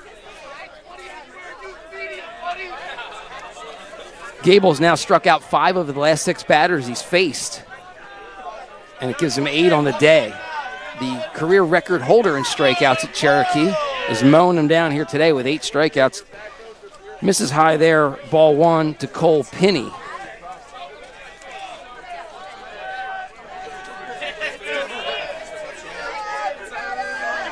Penny's father was a longtime president of the Gibbsboro Voorhees Athletic Association a few years back. It's kind of helped in building up the feeder program that gets kids to Eastern. 1-1 the count to Penny, swinging a foul straight back, a ball and 2 strikes. Youngster standing next to our broadcast position here, the way he's got his fingers through the railing, better watch himself. He might get pinged back there on a foul ball.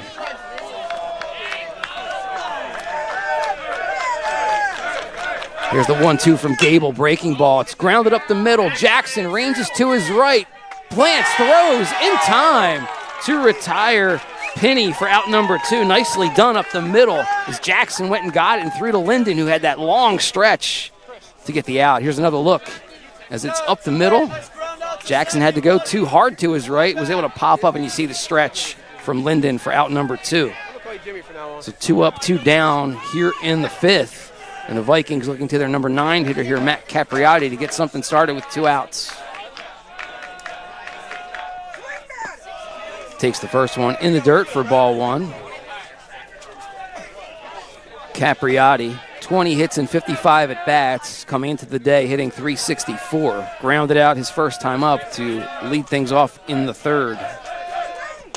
Takes a called strike 1, a ball and a strike. Capriotti, the left fielder for the Vikings today.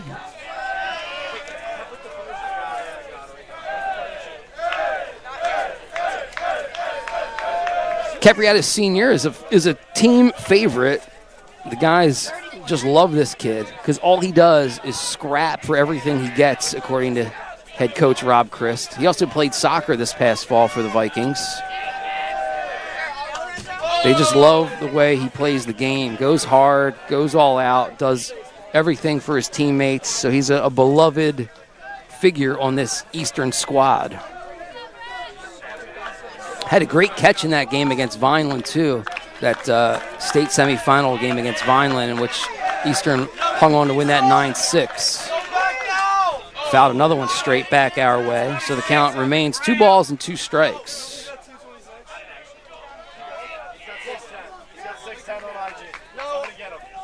I was mentioning Rob Chris' 500th win. That was April 10th against Cherry Hill East at Eastern. And again, his record coming into today, 5-13 and 2-16. His win total is 7th in South Jersey history. One of 9 coaches, called strike 3, one of 9 coaches in South Jersey history to eclipse 500 wins.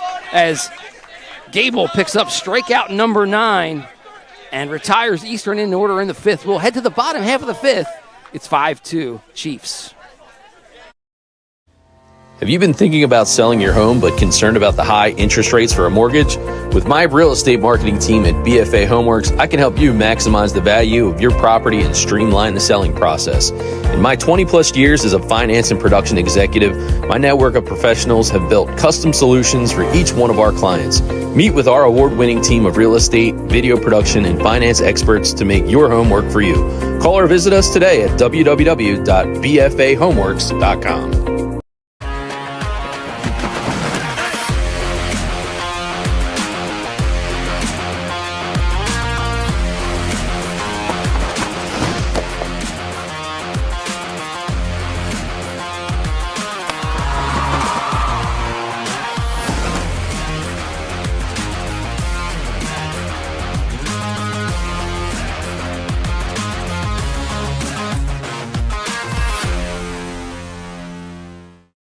I mean, so some changes for the Vikings. Vinny Melillo will take over on the mound, and we'll move some other players around defensively for the Vikings.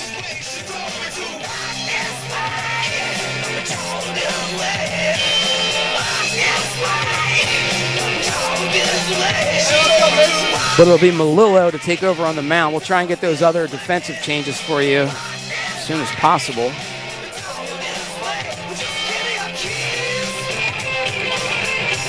So we'll look at Melillo's pitching numbers for the Vikings this year.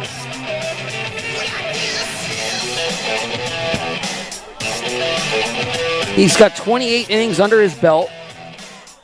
He's given up 23 hits, 10 runs, just 6 of them earned. He's got 18 strikeouts to 6 walks and a nice 1.50 ERA. So certainly it's going to be incumbent upon Melillo to kind of keep things as is and keep the Cherokee offense in check here. For the Chiefs, it'll be 6, 7, 8, Kelleher, Linden, Radbill to start things here in the bottom half of the 6th.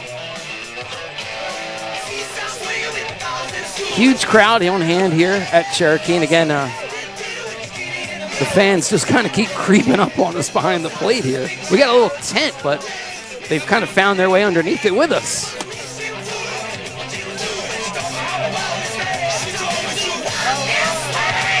It's a hot afternoon here at Cherokee. Will Martin did his best to kind of keep the Chiefs at bay and did a nice job, stranded a bunch of runners. Martin is now playing third base, by the way, for Eastern.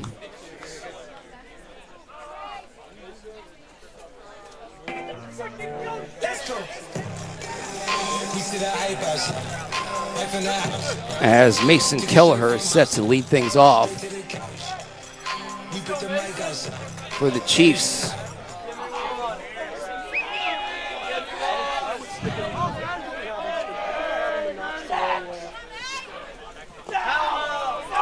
First pitch misses low, ball 1.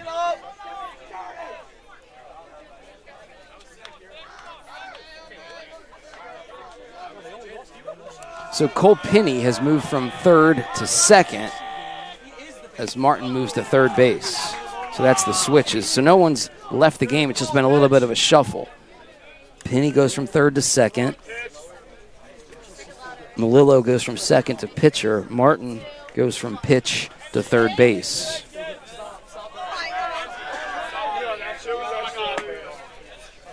That's over for a called strike. 2 balls and a strike here to Mason Kelleher, leading things off in the 5th.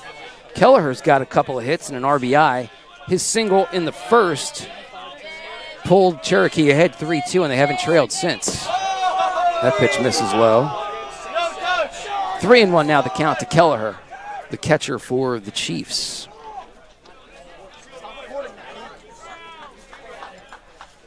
Cherokee has one state title. It came 40 years ago, back in 1985. That was also the Chiefs' first sectional title. They've got 5 of those, 1985, 1999, 2005, 2012, and 2022.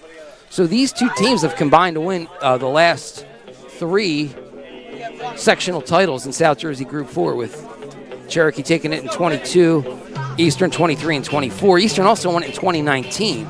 So really these two teams have combined for, 4 of the last 5. Of course, 2020 there was no competition that year. So Kelleher draws the walk to start things for the Chiefs. This one is lifted in the air. First pitch swinging is Linden. Shallow center coming on and making the catch is Griskevich, as he called it right away. Despite the long run, that's out number 1. Linden has flown out 3 times, once to right, once to the second baseman, and now to center. With 1 out, Henry Radbill will stand in again. Radbill going to be going to Rutgers. Pitcher for this Chiefs squad. And he got the win in the semifinal victory that Cherokee picked up over Kingsway right here at this very field on Tuesday. An 11-1 win. Of course, other games going on as well in South Jersey today, sectional finals, as they throw over to first. In Group 1, Audubon is playing host to Shalleck. In Group 2, Haddonfield is playing host to Collingswood. So 3 of those 4 teams from the Colonial Conference get a chance to win a sectional title. Group 3, it's an all Toms River affair as South is visiting East. And then tomorrow, the non-publics will take to the field. Runner is going, fake bunt. The bat is pulled back. The throw is in time. Great job by Dawson coming across, catching and tagging all in one swoop as Kelleher is caught stealing for out number 2. Nice throw, 2, by the way, from Cataldo. So with now 2 outs, the count 0-1 to Radbill. Heck of a throw by Cataldo.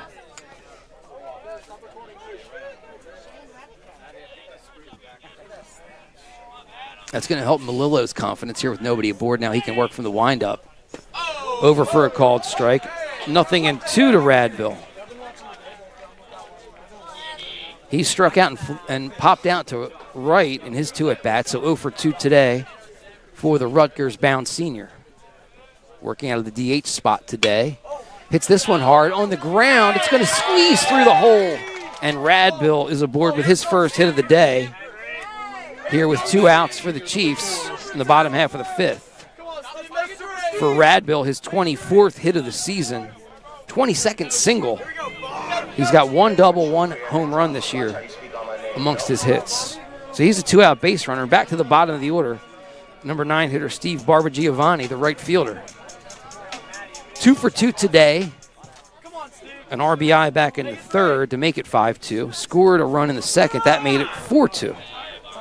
So he's had a productive day from the number 9 hole, and again, probably as good a 9-hole hitter as you're going to have in all of South Jersey. Takes ball 1. We mentioned his numbers, ridiculous now. 27 hits out of the number 9 hole. 25 of them singles, 2 doubles. He's also walked 14 times this year and has driven in 16 out of that number 9 spot. That's over for a called strike. It's a ball and 2 strikes now. Or is it 1? Actually, 1-1 they have on the scoreboard. So ball and a strike to Barbagiovanni. Malillo from the stretch. This is line towards short. It's going to get past Dawson into left field. Radbill will hold up at second with the play right in front of him as the left fielder Capriati came rushing in to grab it. So the Chiefs with something brewing here with 2 outs and 2 on here in the 5th. And it's Cooper Birdie to stand in. 1 for 3 today, but that one was a leadoff home run in the bottom half of the first. For Birdie, it was his 3rd home run of the season and his 9th run batted in.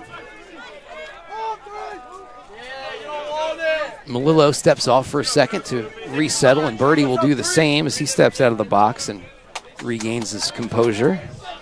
Still 85 degrees here in Marlton at the Cherokee High School baseball field.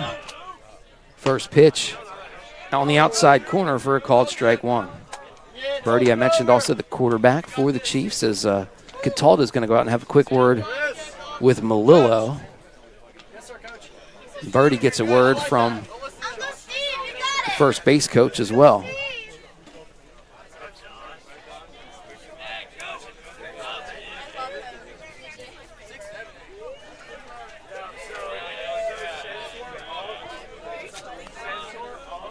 So everyone's back and settled in here with the count 0-1.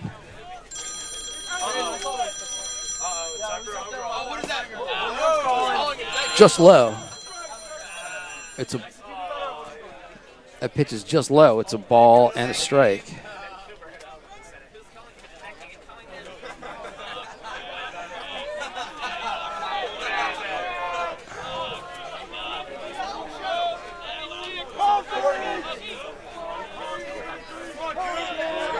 Here's the 1-1 to Birdie. Breaking ball is up and away. 2 balls and a strike. Big opportunity for Cherokee here to expand this lead. They've left 6 runners on base today in the first 4. They've got 2 aboard here with 2 outs.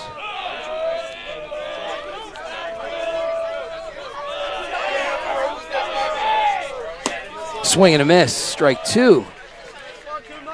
Count moves to 2-2 now to Birdie,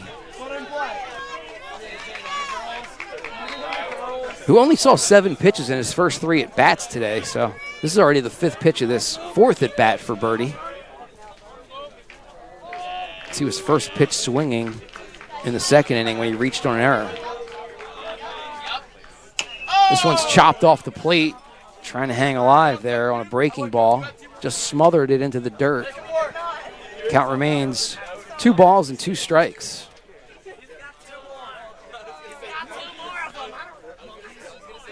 Eastern 20-6 overall, 7-3 in the Olympic American. Cherokee was 24-3 overall, 9-1 in the Olympic American this year. So these 2 teams were not only among the best in Group 4, but the 2 top teams in the Olympic American as well, or 2 of the top teams. Cherokee, of course, won the conference title. 2-2, breaking ball, misses low, and the count's going to go full. So we'll have runners in motion here with 2 outs and a full count.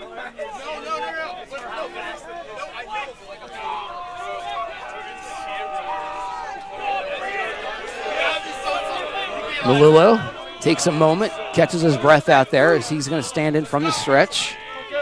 Key pitch here in this ball game. Full count. The runner at second is Radbill. The runner at first, Barba Giovanni. They'll be in motion here as Melillo delivers to the plate, but instead he decides to spin and keep the runners in check. But again, those runners will be moving once they see that motion to the plate here with 2 outs and the count full. Brett Chiesa waits on deck. He's got a double today, 1 for 3. Payoff pitch. Fastball skied down the foul line in right field, running across, but unable to reel it in, and down there was Mikowski as it got out of play. So the count will remain full, 3-2. This will be the 8th pitch of the at-bat here to Birdie. It's been a pretty good battle between he and Melillo.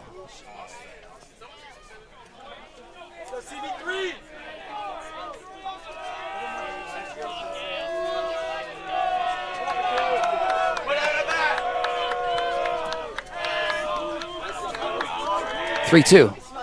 Breaking ball, again, wasted by Birdie. That's 3 foul balls with 2 strikes here by Birdie as he's battling against Melillo. This will be the 9th pitch upcoming here of this at-bat.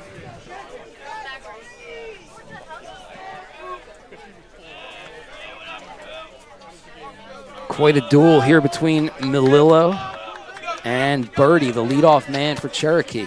Full count pitch, grounded in the hole towards second. Penny picks it up, gloves, and throws to Carbach to retire the side. Again, the Chiefs strand a couple of runners.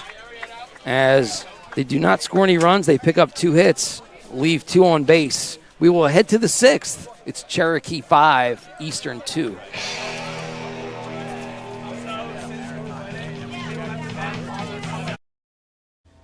Have you been thinking about selling your home but concerned about the high interest rates for a mortgage? With my real estate marketing team at BFA Homeworks, I can help you maximize the value of your property and streamline the selling process. In my 20-plus years as a finance and production executive, my network of professionals have built custom solutions for each one of our clients. Meet with our award-winning team of real estate, video production, and finance experts to make your home work for you. Call or visit us today at www.bfahomeworks.com.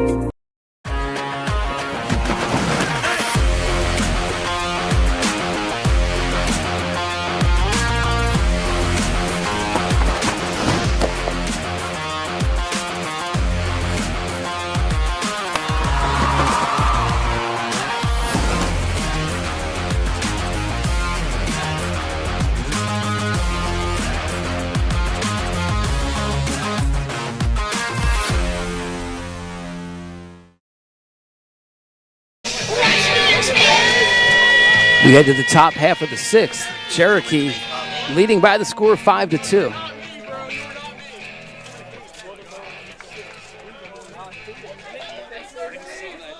Brett Gable's been the story for Cherokee.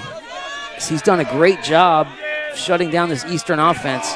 He's given up just 1 hit, and that was to the 3rd batter of the day. He's got 9 strikeouts, and he works in the stretch here against the leadoff man, Logan Dawson, who promptly swings first pitch and hammers one into the gap in right center. The outfielders coming together. They fall into the fence. The ball falls safely. Dawson not stopping. Wheeling around second. Headed towards third. He slides in safely with a triple.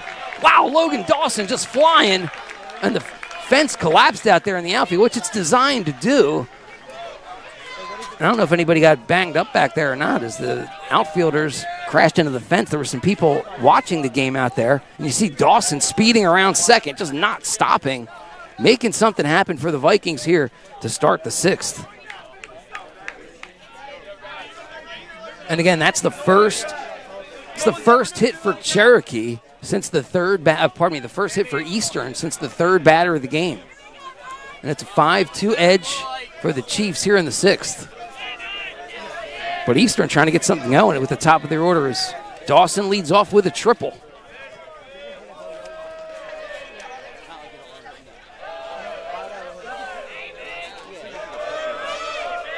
Dawson's 6th triple of the season. Melillo swinging first pitch. Yanks it foul down the right field line. It's going to get out of play. Actually, it hit the pole. It hit the pole. It's a home run. It hit the foul pole. 2-run home run for Vinny Melillo. So 2 pitches, 2 runs for Eastern. The umpire was down the line there, and he saw it. And we've got a whole different ball game here. It's 5-4 Cherokee. Are you kidding me?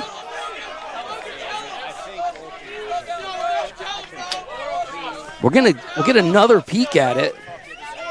The Cherokee coaches kind of came out of the dugout, is kind of questioning that.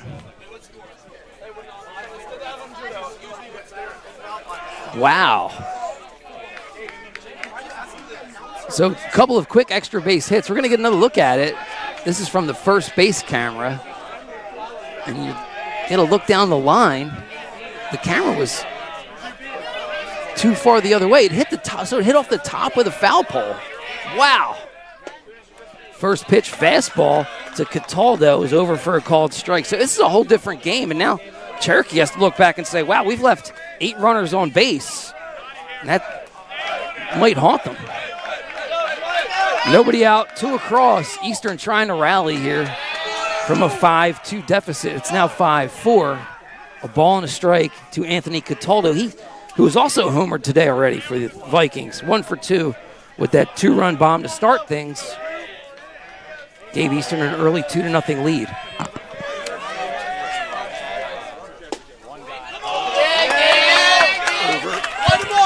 Over for a called strike 2.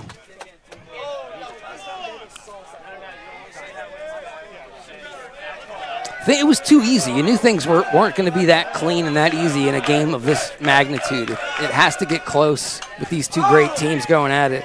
And certainly Eastern with that long ball there that made it 5-4. So certainly things are interesting. Gable was cruising along, hadn't given up a hit since the third batter of the game, had gone pretty clean through the second, third, fourth, and fifth innings. But a triple followed by a home run to start things for Eastern here in the sixth has made it a 5-4 game. 1-2. Gable tried to bring a little something extra there and overthrew. Missed in the dirt.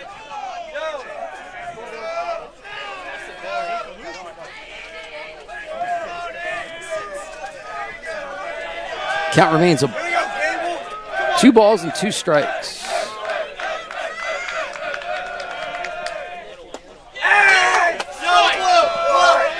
Just missed inside with that one. And let's see if it's full. I thought it was.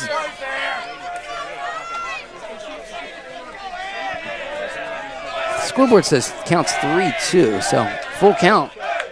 Full count it is. That pitch was up and away. Cataldo might have helped Gable out there. That looked like it could have been ball 4, but he fouled it up and away. We'll do it again. This will be the 8th pitch of the at-bat.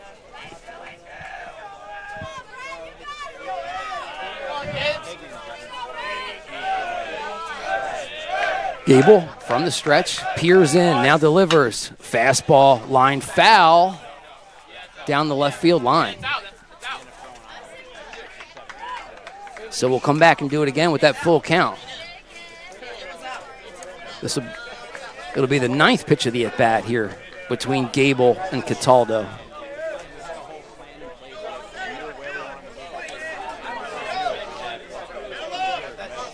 Only the second full count that Gable's had to work from today. He does have 3 walks, but a couple of those came in 3-1 situations. Gable from the stretch again here against Cataldo. Misses up and away with that one. So Cataldo reaches. And Cherokee's got 3 base runners aboard this inning in a row. The first time they've done that today. And actually the first time they've had 3 reach base in an inning today. That's the 4th walk that Gable's allowed, and Petronani's going to go out and speak with his starter. Try and get everybody back on the same page here, settle things down.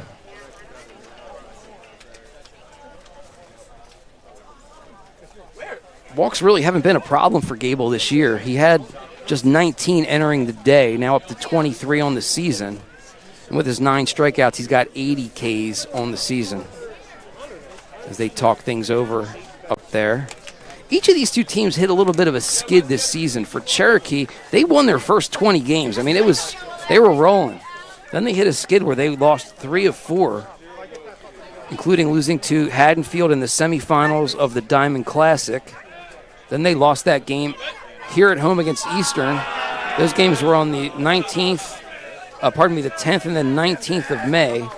Then Cherokee came back with a big win over Rancocas Valley before losing at Delran. Then, of course, the tournament started and they won 3 straight, 6-2, 10-0, and 11-1, as we mentioned previously with Township, Howell, and Kingsway. Runner going on the first pitch. The throw is skied into center field. The runner stumbled, now dives back to first. They're going to say the runner is out, however. They're going to call interference on the batter.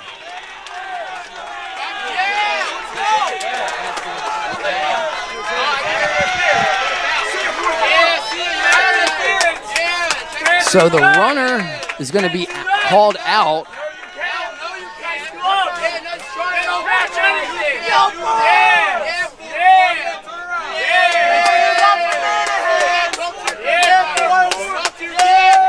So that was Cataldo. He's going to be called out at second.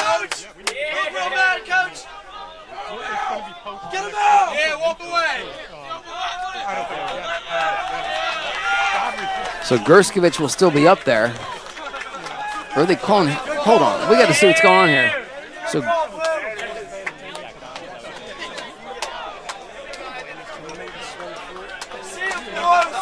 So they're calling Gerskovich out. The runner goes back to first.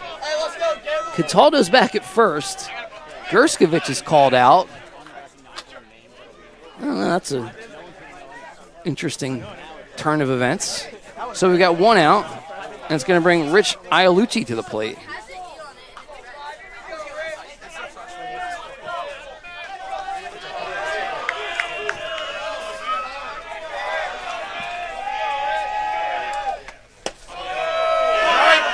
So Gerskovich was called out.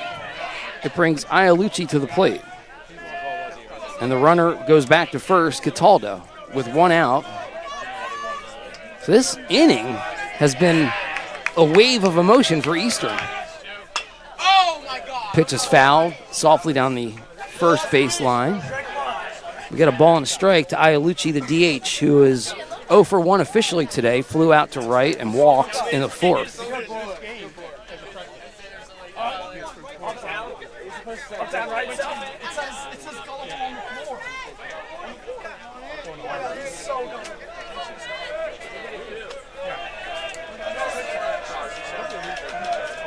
So Gable, trying to settle things back down, has a 1-1 pitch here. Fastball, swing and a miss. The runner is caught up in no man's land, and he's going to be out. So Cataldo kind of got hung up with a big lead. I guess he was trying to run a delayed steal and then got thrown out. So it's really been a wild inning now for Eastern.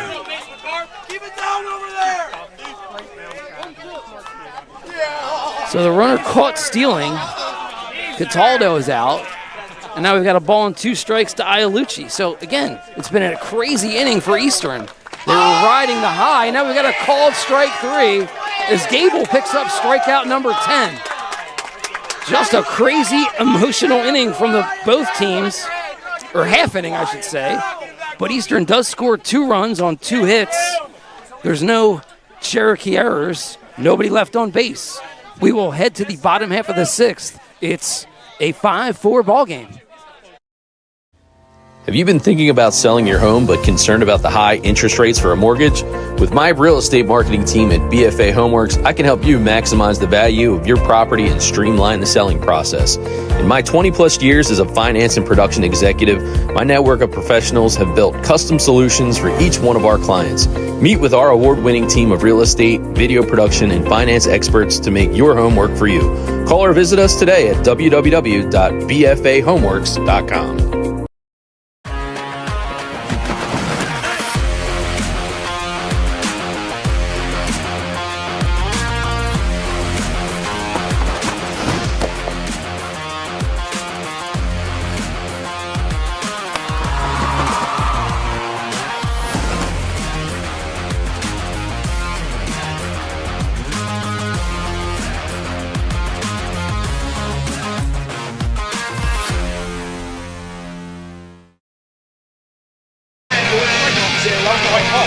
Back here at Cherokee High School for the South Jersey Group 4 Sectional Championship game between Eastern and Cherokee. The Chiefs here coming to the plate in the bottom half of the 6th.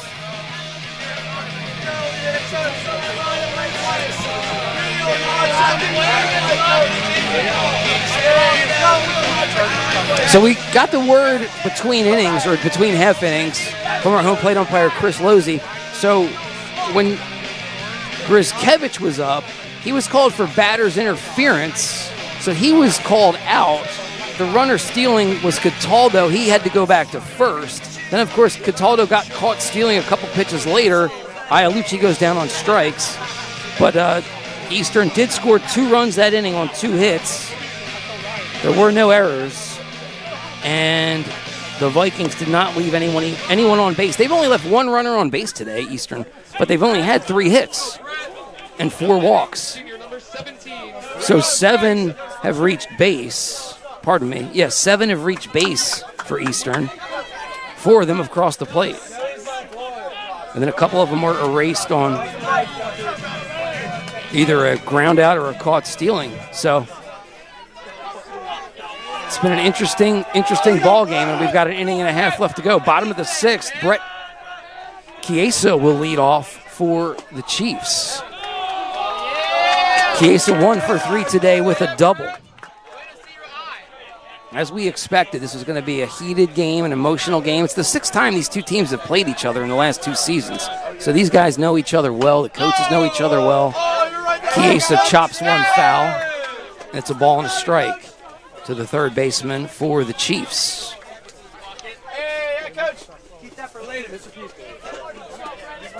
Njsiaa second on the team coming into today with 32 hits. Did pick up hit number 33, a double. That was his 6th double of the season. 1-1.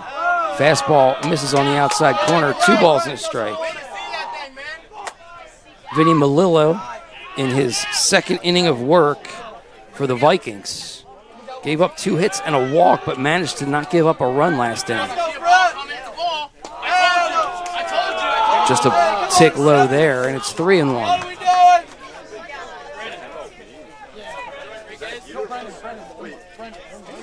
Alex O'Dude on deck, be followed by Jason Brown. So it's 2-3-4 for Cherokee here in the 6th. And that one misses low. Ball 4. Second walk allowed by Melillo. And the 4th walk of the day allowed by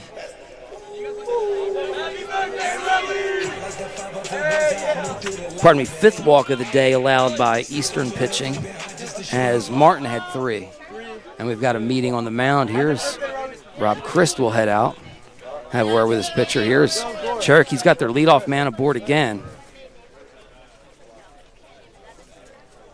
It's been the 4th time today where Cherokee's had their leadoff batter reach base. Little breeze blowing through here now, cooling things down a bit as the sun seems to have ducked behind a cloud or two. It's been a hot day here, 85 degrees for the most part throughout this contest, but the breeze kind of cooling things down a little bit right now. Again, it's been a great ball game as we expected. Eastern fighting back. Eastern jumped out to a 2-0 lead in the first, if you're just joining us. It was a 2-run home run by Anthony Cataldo. Third batter of the game, slammed a homer and put Eastern up 2-0. Cherokee, though, answered back. A leadoff home run by Cooper Birdie to start the bottom of the first. Then a double by Brett Jackson, followed by a single by Mason Kelleher, scored Brown and Jackson, respectively. And Cherokee jumped out to a 3-2 lead there after 1. Cherokee tacked on 1 in the second on an RBI double by Njsiaa.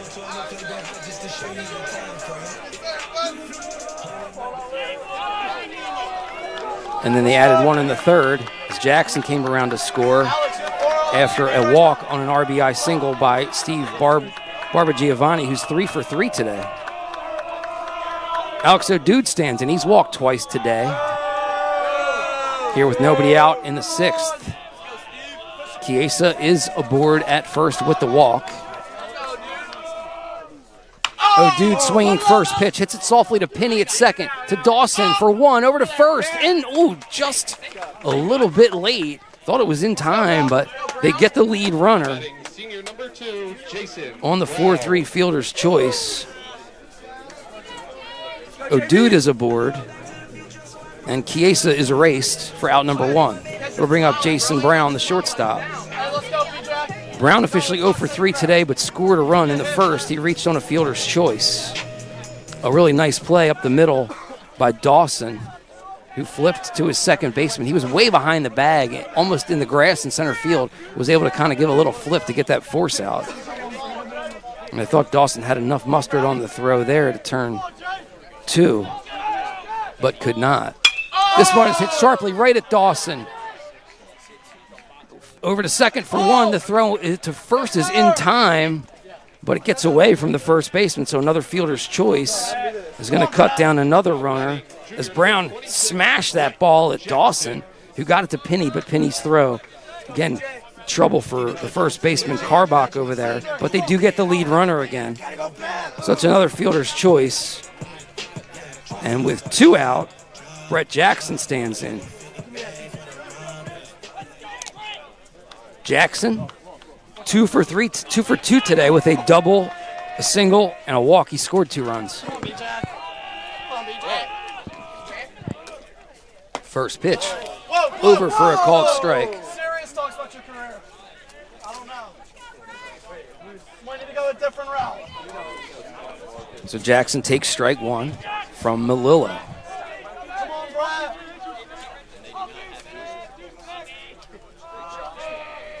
Runner first is Brown. This ball is hammered to right. Going back on it is Mikowski. He'll get it on the run towards the fence, and the side is retired for Cherokee here in the 6th. No runs, no hits, no errors. They leave 1 man on. We're going to the 7th. Eastern last chance here. They trail it by the score of 5-4. Have you been thinking about selling your home but concerned about the high interest rates for a mortgage? With my real estate marketing team at BFA Homeworks, I can help you maximize the value of your property and streamline the selling process. In my 20-plus years as a finance and production executive, my network of professionals have built custom solutions for each one of our clients. Meet with our award-winning team of real estate, video production, and finance experts to make your home work for you. Call or visit us today at www.bfahomeworks.com.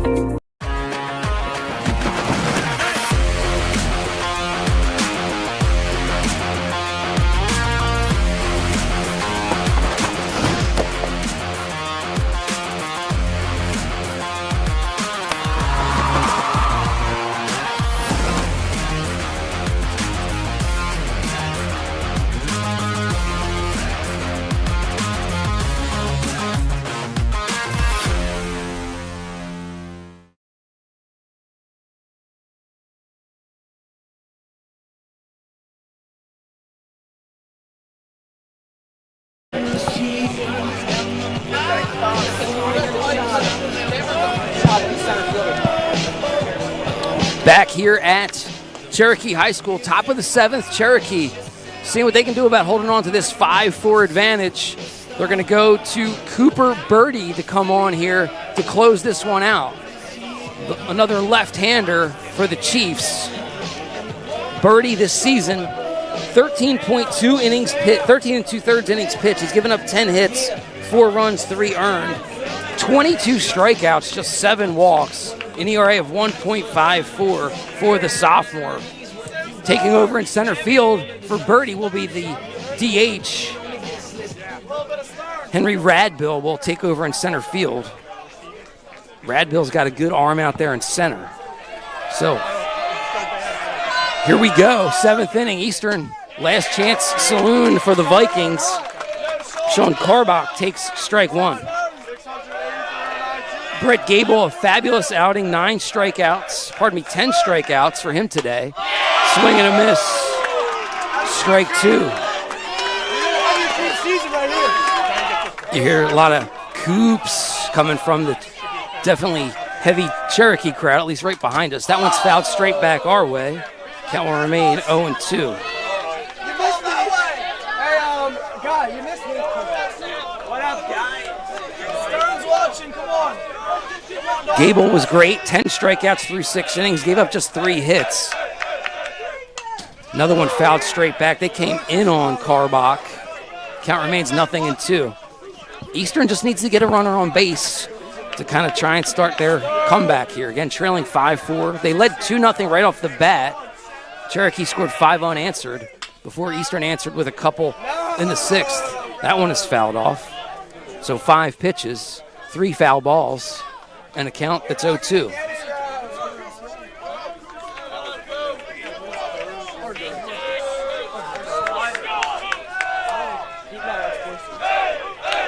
Birdie kicks and delivers the 0-2. Again, another one fouled straight back. Pretty good battle between Cooper Birdie and Sean Karbach. Karbach 0 for 2 today, struck out twice. Both of those by Gable.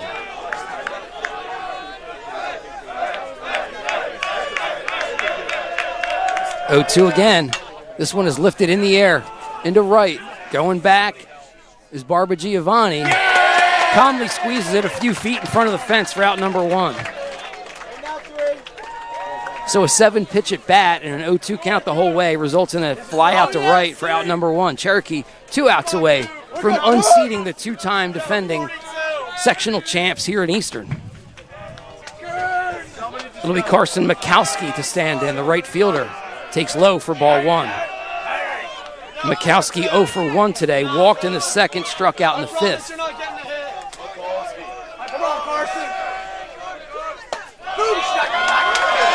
Strike at the letters, a ball and a strike.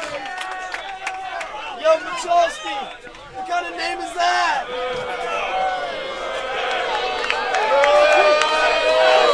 1-1 to Mikowski. Swing and a miss, 1 and 2. Birdie showing good stuff. Again, came in with 22 strikeouts in 13 and 2/3 innings pitched this season. 1-2. Lifted in the air along the first base side. Linden called off by Jackson for out number 2. Go, Michalski! Run more! Run back where you came!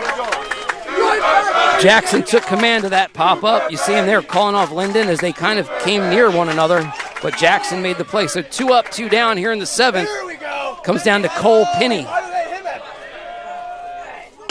Pinney takes the first pitch up and away for ball 1. Just outside. You're gonna be the last out in sectionals! How's it feel? 1-0. Misses wide. 2-0. Pinney 0 for 2 today. Struck out. Grounded out to 2nd. Started the game at 3rd base. Moved to 2nd. Good job. Hey, good job, 2-8. Mark Petronani's going to go out and have a word with Birdie and really get the whole infield together here. It's 2 outs. They lead it by a run. So you just need strikes at this point. As you're facing the number 8 hitter in Cole Pinney. Let's go, Mason. Penny, last out of sectionals. Pinney this season, 3 hits, 13 at bats, according to the stats on NJ.com, hitting .231. He's walked 4 times. Here's the 2-0. That's high for ball 3. So you got to believe Pinney's taken at least 1 pitch here, maybe 2. Here's the 3-0 from Birdie. Took a little something off it there. Get me over fastball for strike 1. So 3-1. Birdie might try and take another here and force, pardon me, Pinney might try and take another here. We'll see. The 3-1 is over for a called strike 2. So it's a full count, 2 outs here in the 7th. Cherokee is strike away from winning their 6th sectional title in school history. Fouled off. Pinney says not yet. Come on, Chuz. You gotta be remembered as the last out of sectional. Cherokee, the last team other than Eastern to win a Group 4 sectional title, is the Chiefs last won it in 22. Eastern won it in 23 and 24. Here's the pitch. It's over for a called strike 3, and Cherokee has unseated Eastern and captured the South Jersey Group 4 title here at home, the number 1 seed, and the chalk rules.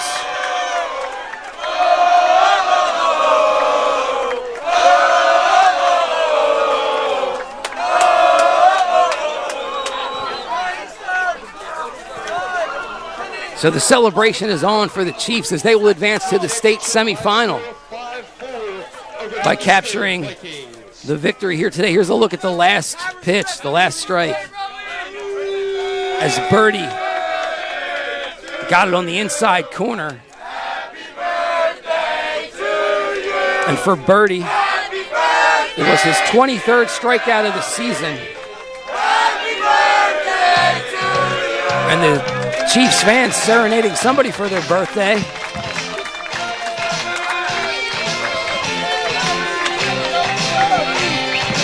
One of the bench players, it's his birthday today, so that's a heck of a way to spend your birthday, capturing a sectional title. The 2 teams shake hands, and again, these 2 teams, no strangers to one another.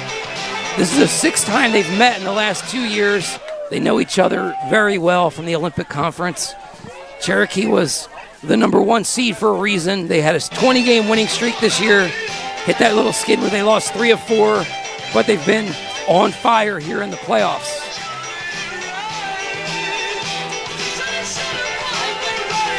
So the Chiefs now will look to win their second state title in school history. The last time they did it, 40 years ago. 1985, the Chiefs won a state title. Their one and only. That's been their only trip to the state final. They've never been a runner-up in the state final play or state tournament play.